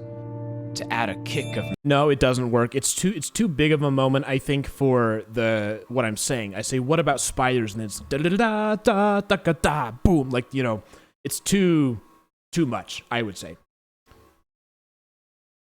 My personal opinion. There had to be a way to augment weakness to destroy the virus. To add a kick of magical energy. How, though? So the builders thought back to all their magical experiments of the past. There was a material that seemed designed to hold magical energy. Gold. Could gold be what they were looking for? But how to get it into a zombie? What if it was edible like an apple? And the magical combination worked. Weakness and a golden apple. But interesting section. I just want to hear a little bit of that again. Material that seemed designed to hold magical energy. Gold. Could gold be what they were looking for? So listen in the tube of the da da da do. I have that same idea in the bottom. Thought back to all their magical experiments of the past. There was a material that seemed designed to hold magical energy. Gold. Could gold be what they were looking for? But how to get it into a zombie? What if it was edible like an apple? And the magical combination worked. Weakness and a golden apple. But not just any golden apple. The builders dug deep into their archives and produced the recipe for an enchanted golden apple. No one knew how to make it except for them, just another in their long list of magical advancements. Their search had reaped its rewards. Finally, a way out, a way to save the species. If this plan was going to work, the ancient builders would need lots and lots of gold. Where could they find that? Gold was everywhere in the Nether. and a plan started to form. What if they could use their piglins, stop the netherite mining, and now target gold? But as we learned in the Piglin Deep Dive, these creatures were not robots. They were an intelligent species with a culture and society. Yet the builders did not care. The builders could very well have traveled to the nether themselves to mine the gold. They could have taken responsibility instead of forcing innocent piglins to work their whole lives. But they didn't choose that path. The bastion infrastructure was in place, and the piglins were already sentenced to a life of mining. So the command was sent to the bastions: mine gold.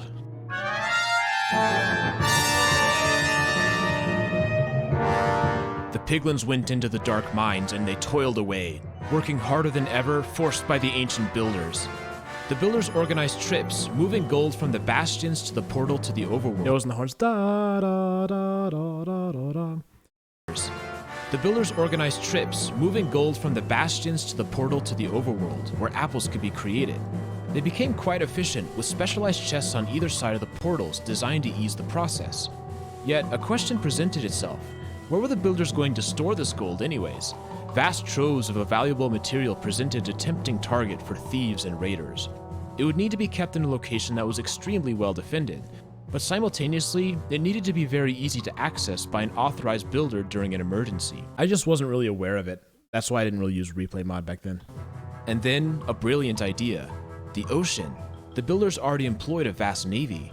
Could they store the gold somewhere deep underwater, perhaps along established trade routes? Building underwater was not tricky. They'd been experimenting with a conduit for years, which provided protection and oxygen. Perhaps they could design a structure that took advantage of this, impossible to access without a conduit and easy with one. They could also construct a powerful golem as a defense mechanism, a being that would protect the life-saving gold at all costs, a guardian.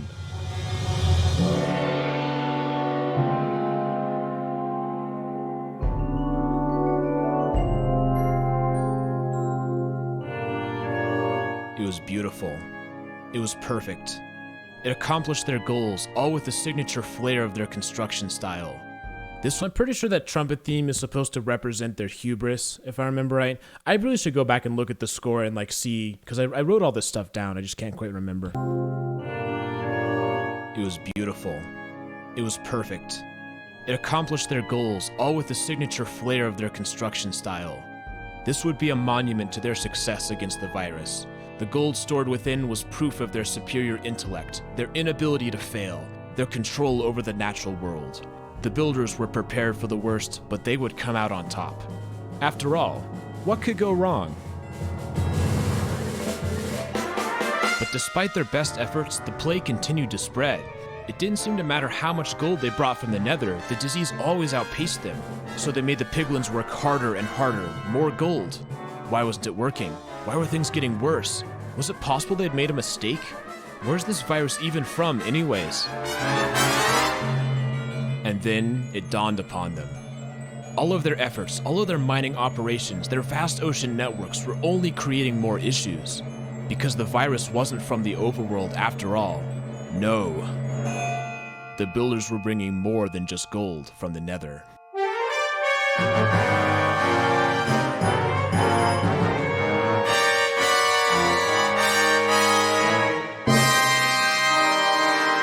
Critical mistake.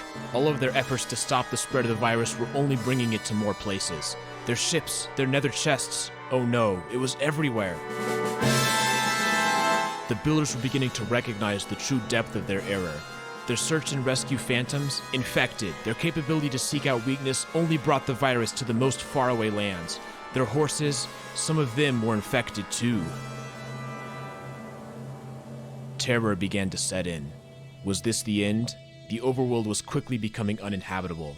So the builders began to retreat, modifying the strongholds deep underground to serve as a defensive location for the time being. But this would not work in the long term. The disease was still able to get underground. The issue is that the overworld provided the perfect conditions for the disease to thrive. While it originated in the nether, the heat caused it to be relatively contained. Furthermore, all of the native mobs had developed a natural immunity. But in the cooler overworld, the virus was no longer suppressed. It also found a huge population who were susceptible, leading to the explosion of zombification.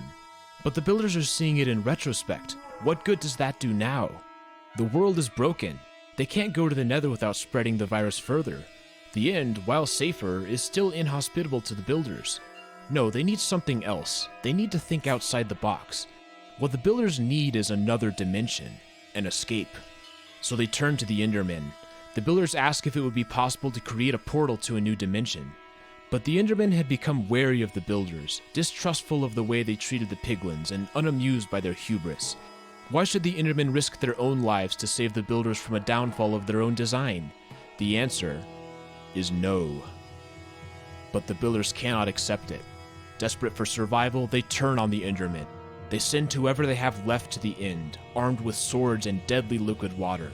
They threaten the Endermen, either try to make a portal or the builders would slay as many of them as they could until they were defeated. The Endermen are enraged, betrayed by their closest allies. But they have to do it unless they are willing to go to war. So the Endermen get to work, thinking about ways to make a new portal.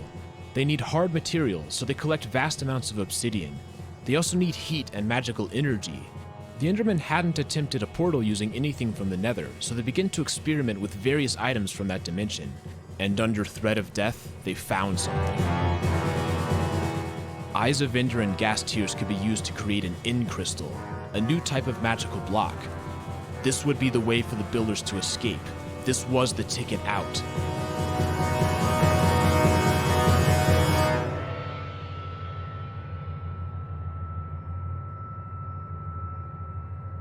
So the Endermen construct the portal, a huge... What I have here is I have bowed vibraphone. So a vibraphone's kind of like a marimba or xylophone, but it's got metal bars. And what you can do is you can take a bow, I think they use a cello bow, and bow it on the back end, and it makes that really interesting ringing sound.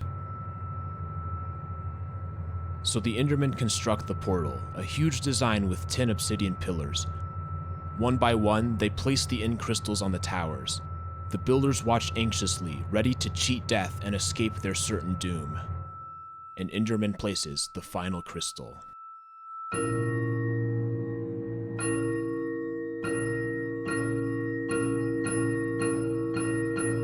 What's happening? This isn't right. Where's the portal? Something is wrong. Wait a minute. What is that? Oh no. What have they done? The builders have created a portal, but instead of letting them out, it's let something else in. It's a huge dragon from a distant dimension. Burst of energy destroys the exit portal, and the builders have no choice but to fight. But the builders are not prepared for such a battle, and the dragon is overwhelmingly powerful. It's only a matter of time before the dragon will surely slay the remaining builders. The builders have doomed not only themselves... So I've had the Enderman mascot as just as long as I remembered. I've had the skin for a while. I don't remember why I chose specifically. Cherry Blossoms Dream Stretch. But the Endermen too. Endermen in the overworld realize that they can never return to the End, so they remove Eyes of Ender from their portals in order to keep the overworld safe from the dragon. They destroy their stashes of gas tears and seal off the stronghold from the surface to prevent anyone from accidentally unleashing the beast. The Endermen are exiled, but they know that Mic should be good now. It's probably cutting off because I was moving away from it because I was stretching. they could at least keep the overworld and its inhabitants safe. Perhaps, one day, the dragon could be defeated, but they are incapable of doing it themselves. It's a new world.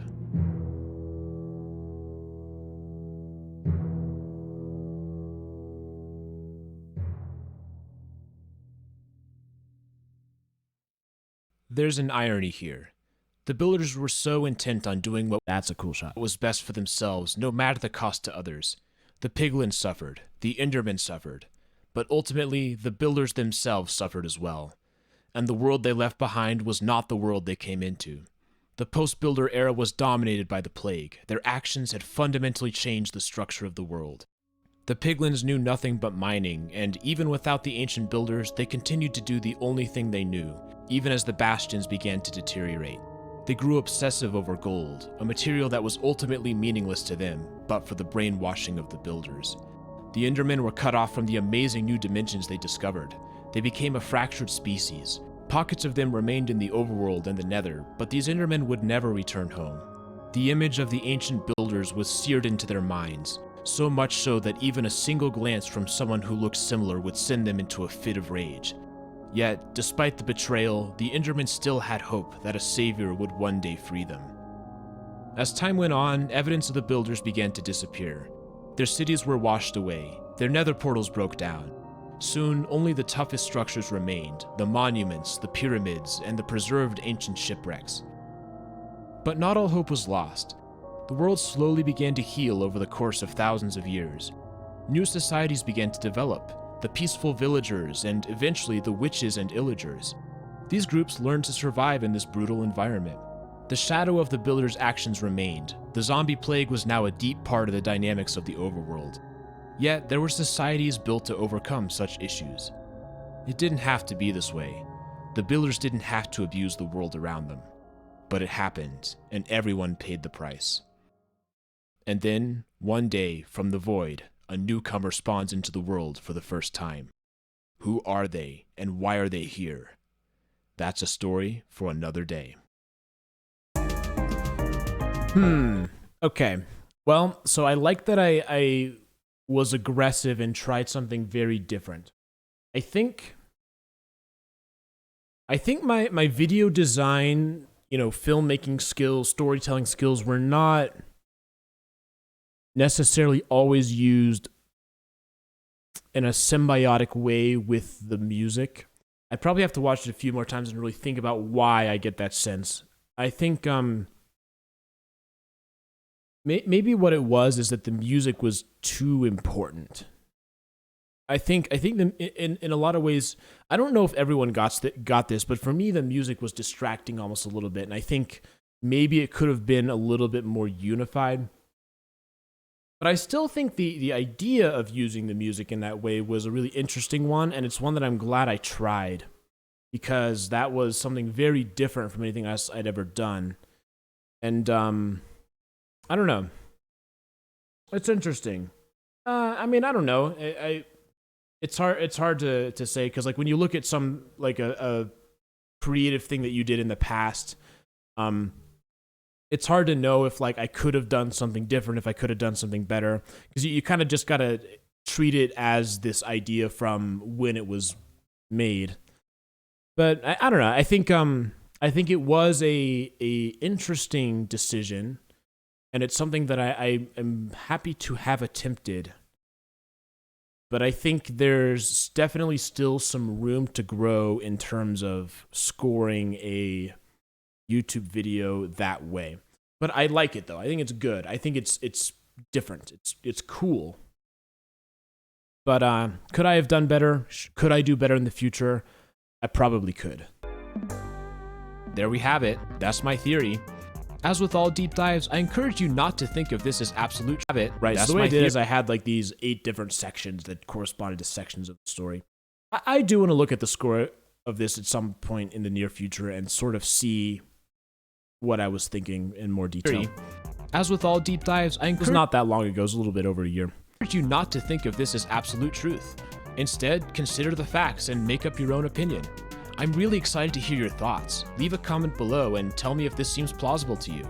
I also want to encourage you to come over to the Retro Gaming Now Discord server. We have an awesome community and we'd love to have you there. This is such a fascinating topic with a lot of room for interpretation. What do you think? We're also approaching a pretty big subscriber milestone.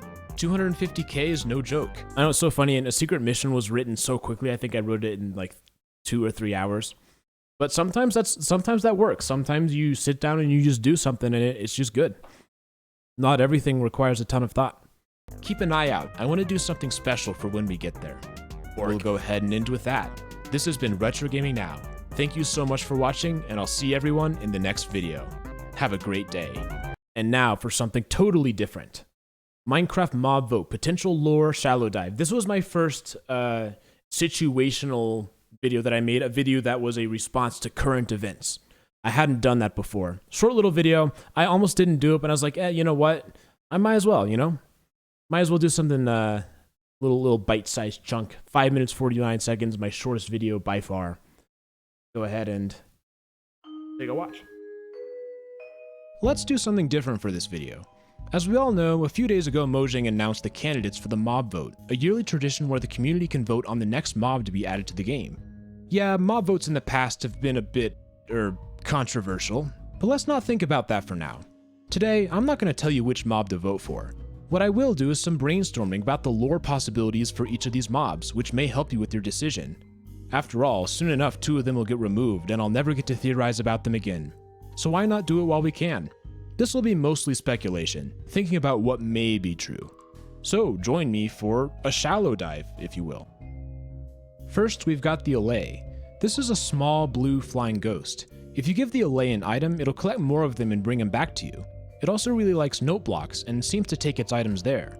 According to Twitter posts by a dev, the items it picks up will be items dropped on the ground, so it's physically locating things in the world. Right off the bat, I think we can all see an obvious connection here.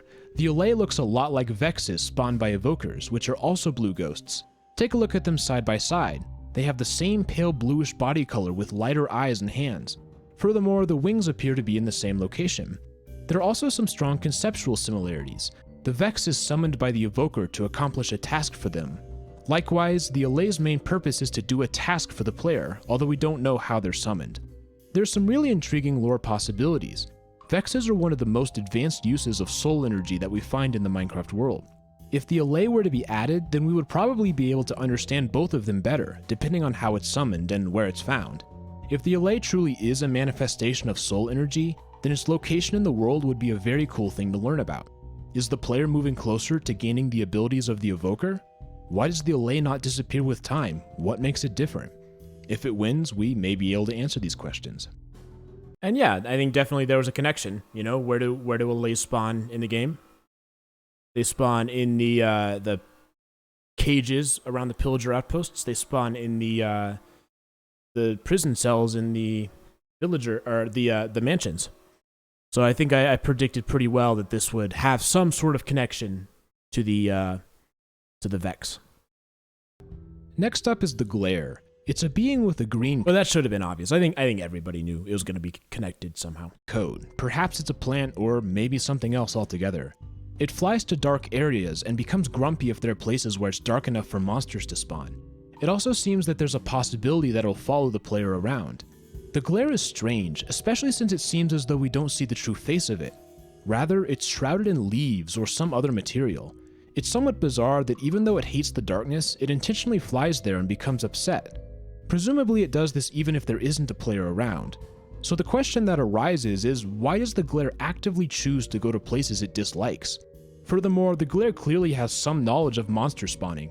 Why does it choose places with a specific light level? This seems to imply that it has some sort of a connection to the darkness spawning condition. Do a quick stretch. A part of Minecraft that is notoriously difficult to understand. I think that if the Glare were to be added, it would have a real chance of helping us learn exactly why monsters spawn in the dark. If we can figure out what makes the Glare so upset, then it could put us on an interesting path. Yeah, I still think Glare would have had the most interesting lore. I think it would have opened up some interesting doors. Also, what even is it? If it wins the vote, maybe we will learn. The third and final option is the Copper Golem. This is the only mob where we know how it is created. The player can construct one Allay was definitely going to win. I mean, I think everyone sort of understood that. At least I felt like it. using copper. Once built, it randomly presses copper buttons in the world. But just like people really like the Golem, but I just didn't see the appeal, honestly. normal copper blocks, the Copper Golem oxidizes over time, eventually freezing in place once it's old. To me, the lore implications of the Copper Golem have the largest possible swing, and it all boils down to location. We know that the player can construct Copper Golems, but what makes me really interested is if we can find frozen Copper Golems in the world. Would there be places, perhaps deep underground, where we might stumble across one of their rigid bodies? If so, this has the potential to really help us out with the tricky problem in Minecraft, which is what are golems and how do they work? I've talked about this before, but a difficult issue is that we really only see one confirmed golem that spawns naturally, which is of course the Iron Golem. If frozen copper golems do indeed spawn, this gives us a crucial second data point which might help us more deeply understand the phenomena of artificial life. On the other hand, if they don't spawn naturally, then I think their lore will be limited in scope, closer to the snow golem, which also doesn't appear in the world. But this one has some real potential to mix up our theories about golems, only if it wins, of course. So those are the three possibilities, the Allay, the Glare, and the Copper Golem, and I think they each have the potential to add depth to Minecraft in their own unique way. I'm not going to tell you who to vote for, but I wanted to at least brainstorm with you a little bit in case the potential lore helps you make your decision. But since I know people will ask, I'll give you my thoughts. In many ways, I find the glare to be the most interesting. The way it acts seems very counterintuitive. The glare is also visually unique. With the copper golem and the Olay, Rabadullah, I actually talk about that in an upcoming video about the mob votes. we already have a pretty good guess of what they are. But the glare? We don't really know, and that's cool to me. So I'm probably going to vote for that because I think it has the biggest potential to have the most unique lore. What do you think? Is the lore interesting to you?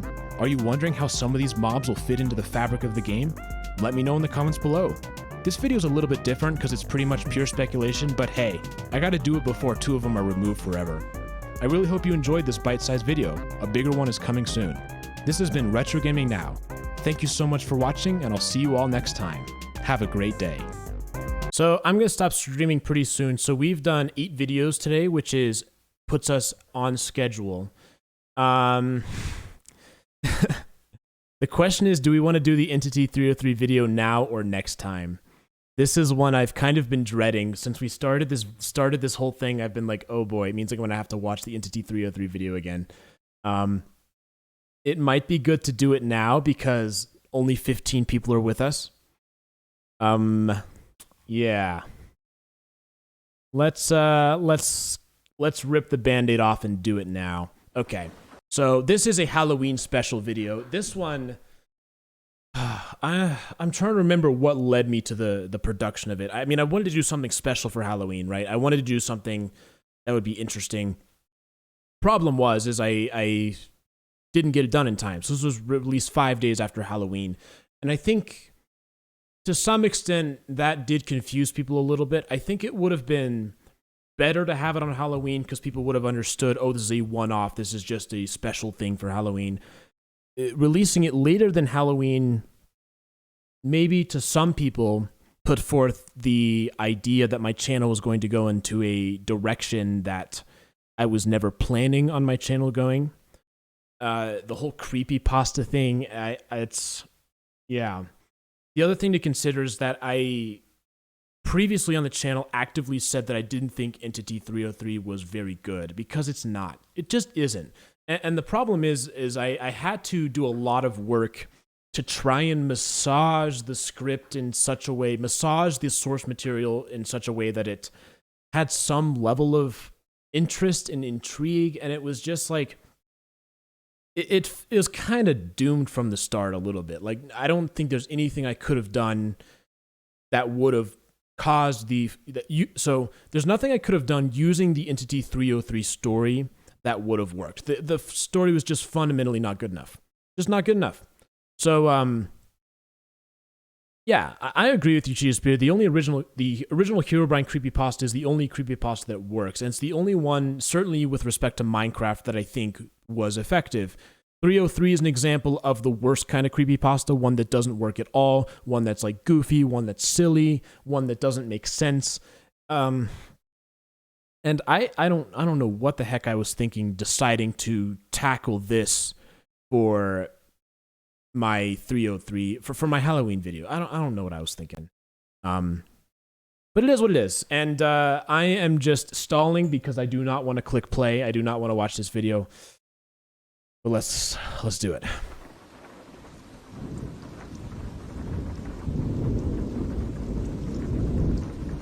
Now this is cool. I like this title sequence.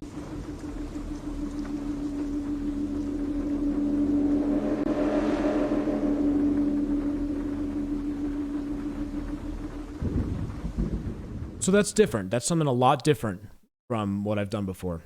The date is December 11th.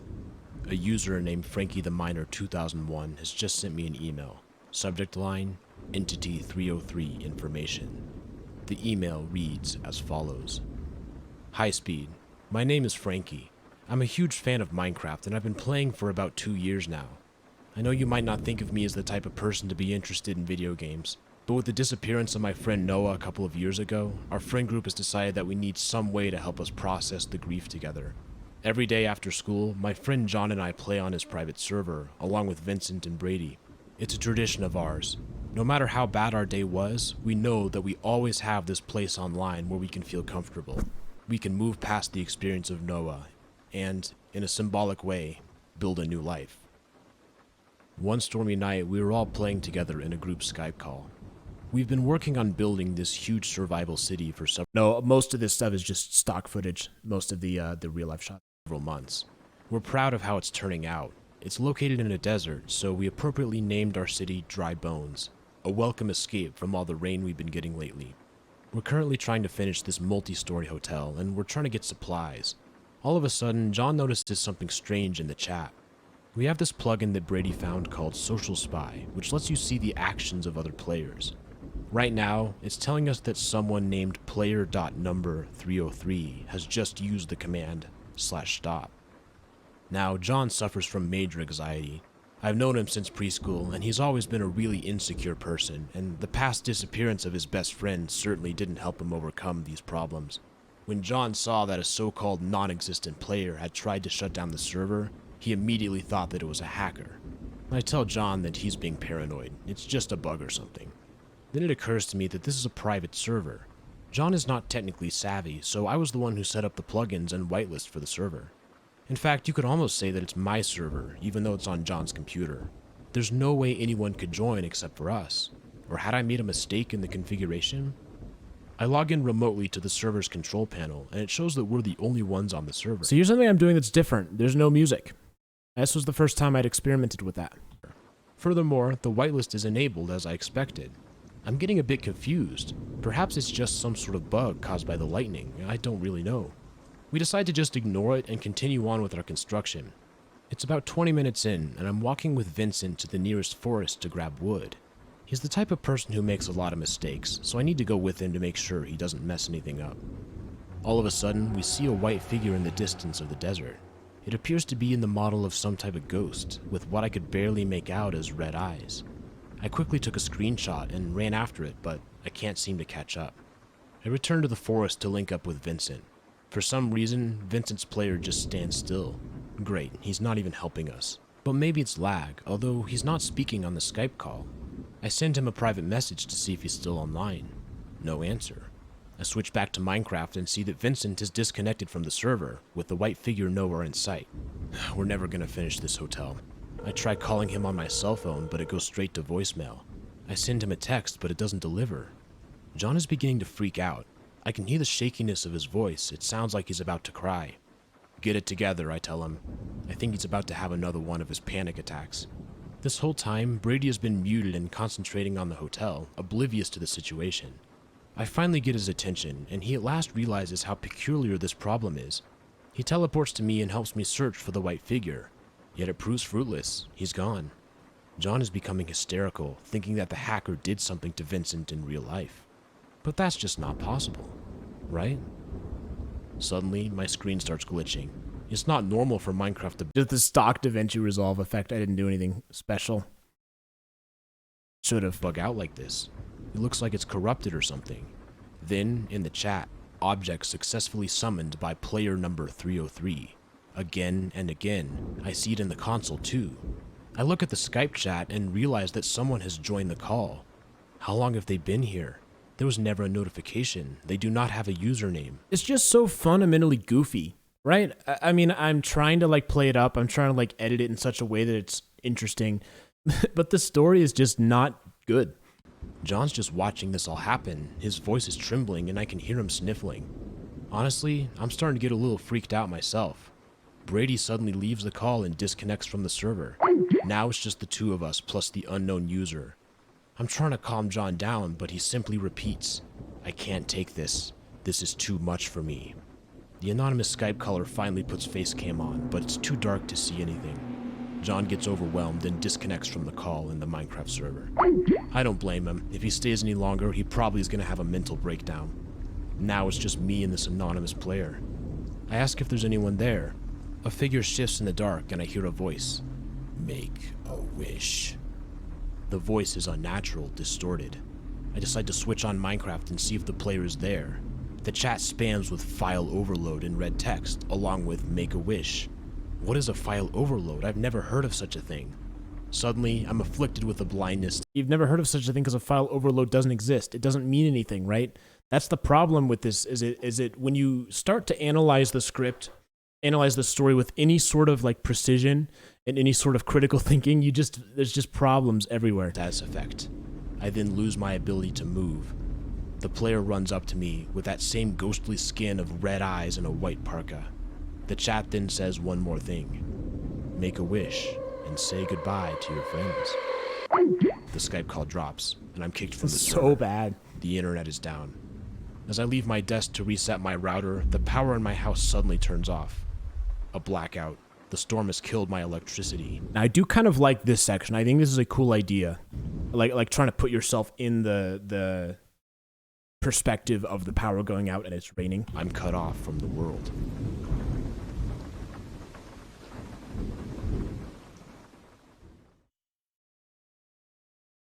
We're gonna take a brief intermission. Skip the intermission. Go back here.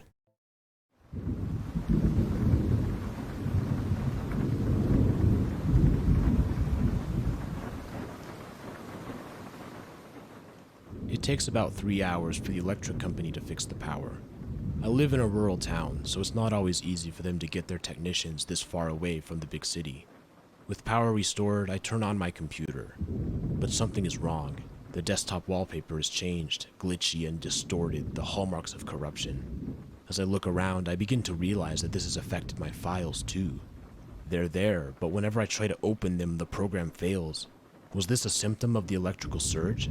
I open up Skype and try calling John, but he doesn't answer. The same goes with Brady and Vincent. Perhaps they decided to go to bed after the outage. It's pretty late now, and I think I should sleep as well. I'll talk to them tomorrow at school.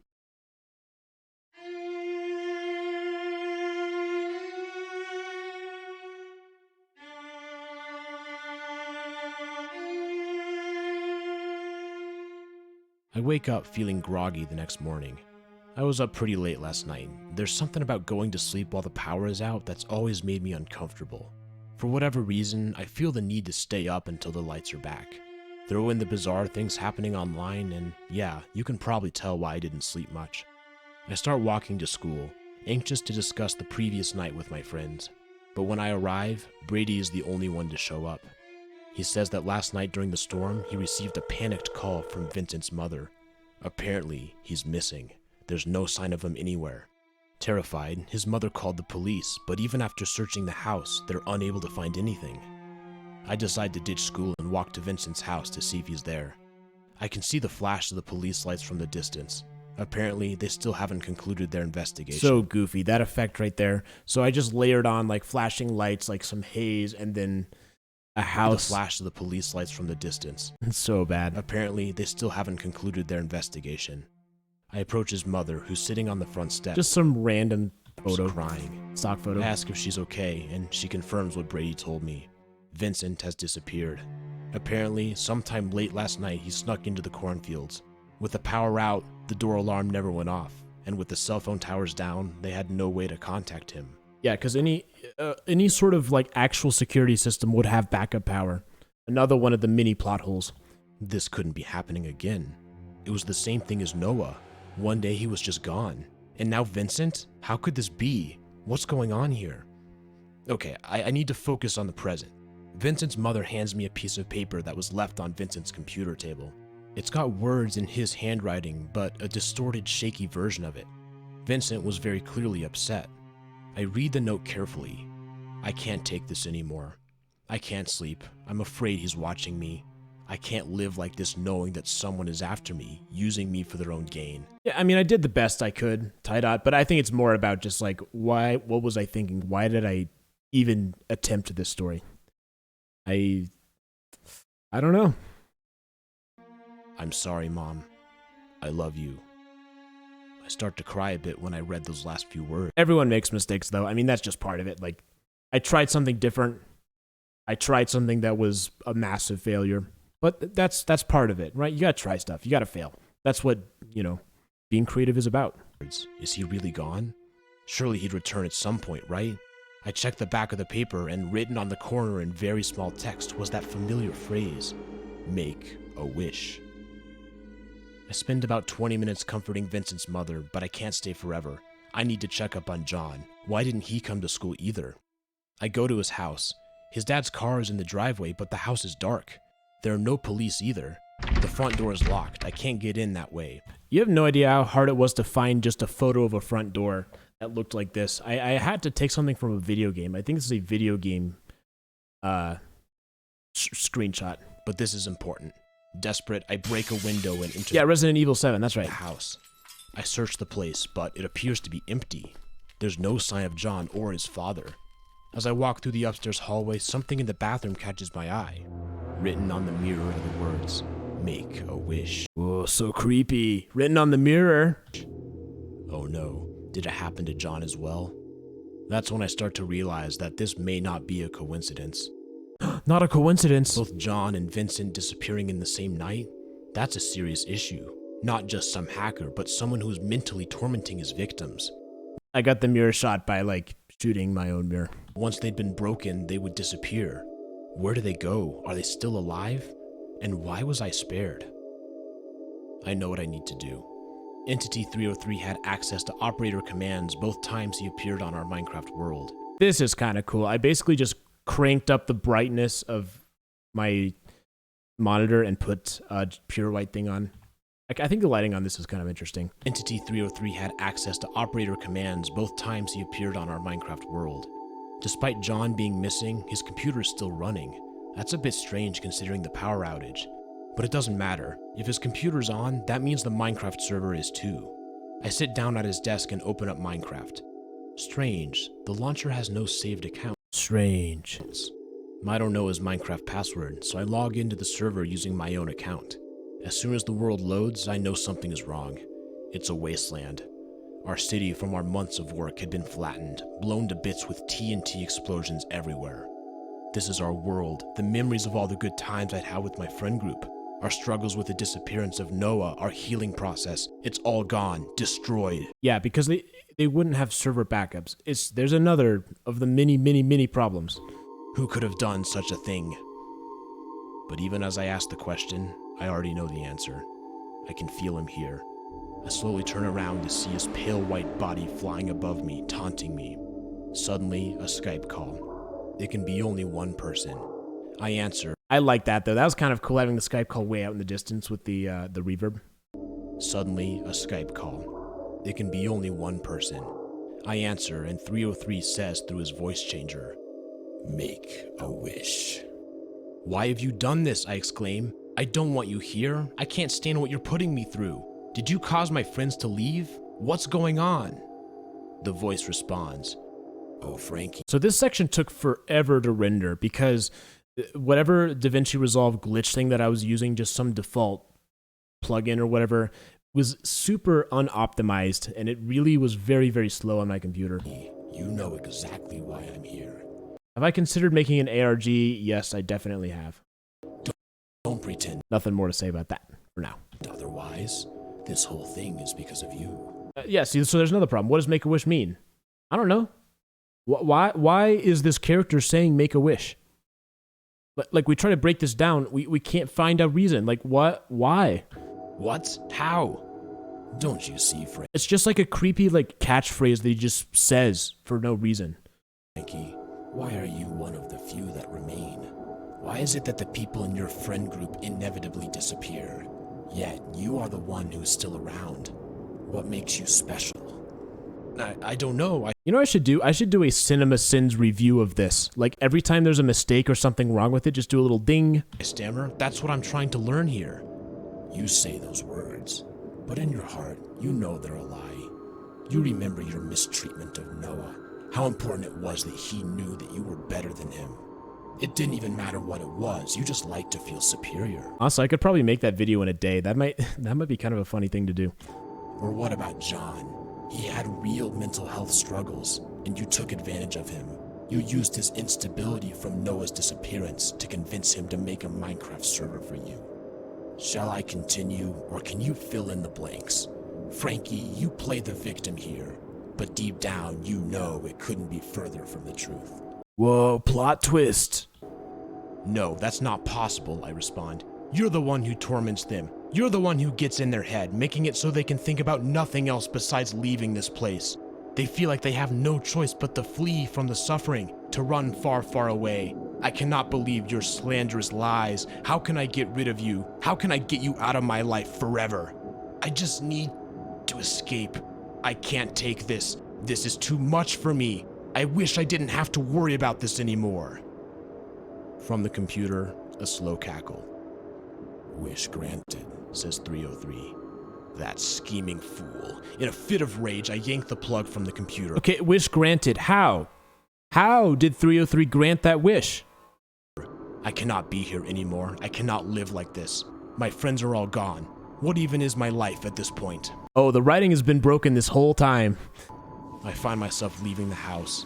It's almost as though this isn't even me anymore. I turn to the cornfields and I start running. Where am I going? I don't know, but I know there's nothing left for me to do.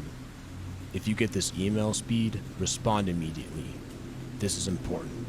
I need you to make a wish. Oh, so he turns into 303. Oh, that's so scary. To be continued. Yeah, right. Never. Maybe April Fools. Hey everyone, hope you enjoyed the Halloween special. I know it's a little bit late, but I thought it'd be fun to do a creepypasta in celebration. This is a little bit different from what I normally do, so let me know what you thought in the comments. Oh, and they let me know what they thought. Don't worry about that. I had a ton of fun with this video.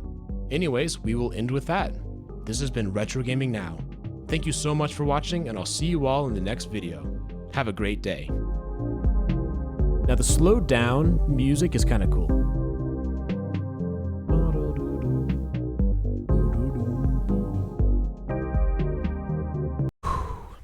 All right.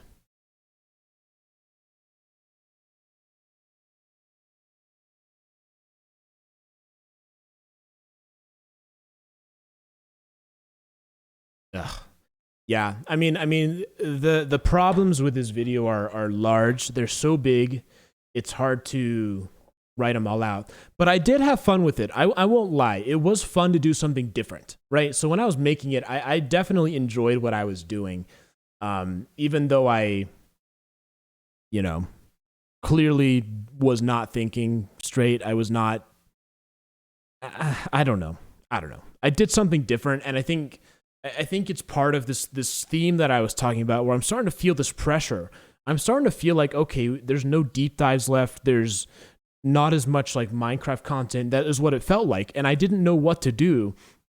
So it started to cause me to design videos and make videos that were strange or bizarre, or just trying to manufacture something, like anybody who's like has artistic, like who's been an artist or has done any sort of artistic creative thing understands this, where like when you start to lose that sense of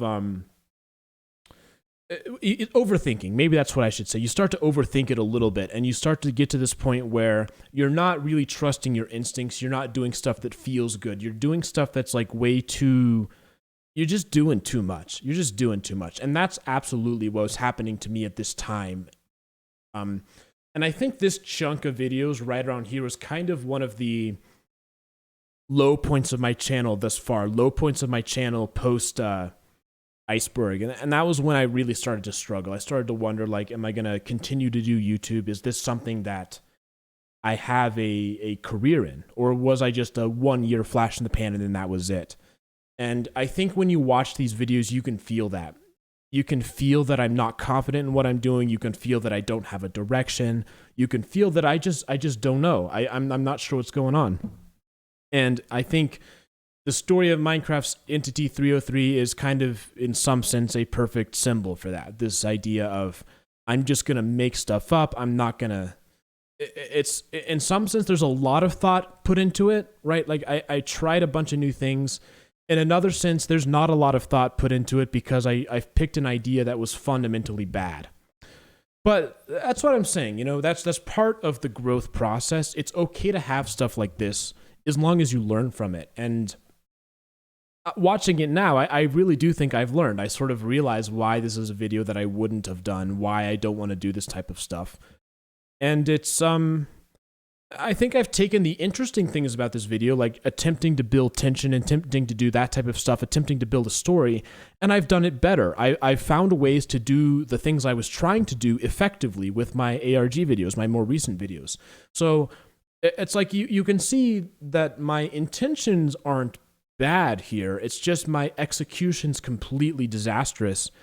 But it still is part of that process. It still helps me grow and develop into what I'm able to do now, what I'm more capable of. So I don't know. I think it was interesting to watch this again, and I think it's, well, I've said a lot about it. Let's read the comments. You know those people who asked for a part 2, do a video where you critique the whole story, similar to what Dank just said. Yep.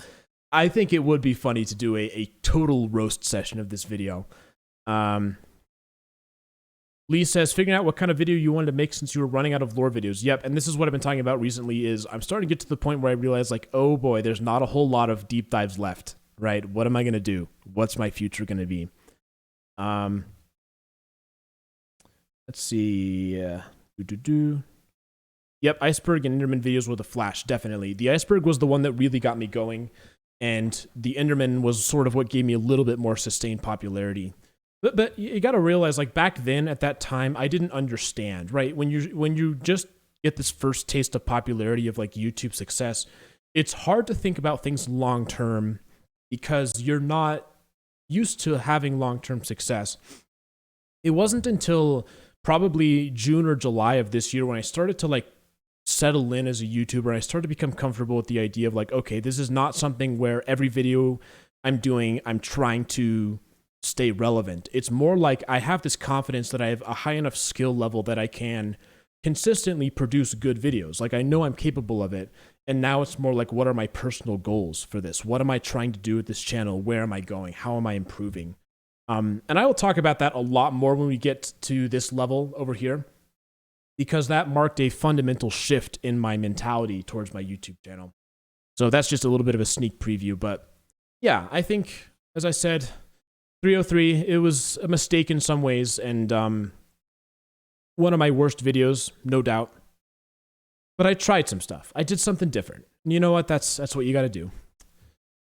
Okay, so I think we will go ahead and end the stream there. We got through 9 videos, so we made a lot of progress. Only 2 more streams probably, and then we're going to get to the end. So anyways, thank you so much for everybody who joined me on this discussion. I will upload the replay, the VOD, to Modern Gaming later tomorrow.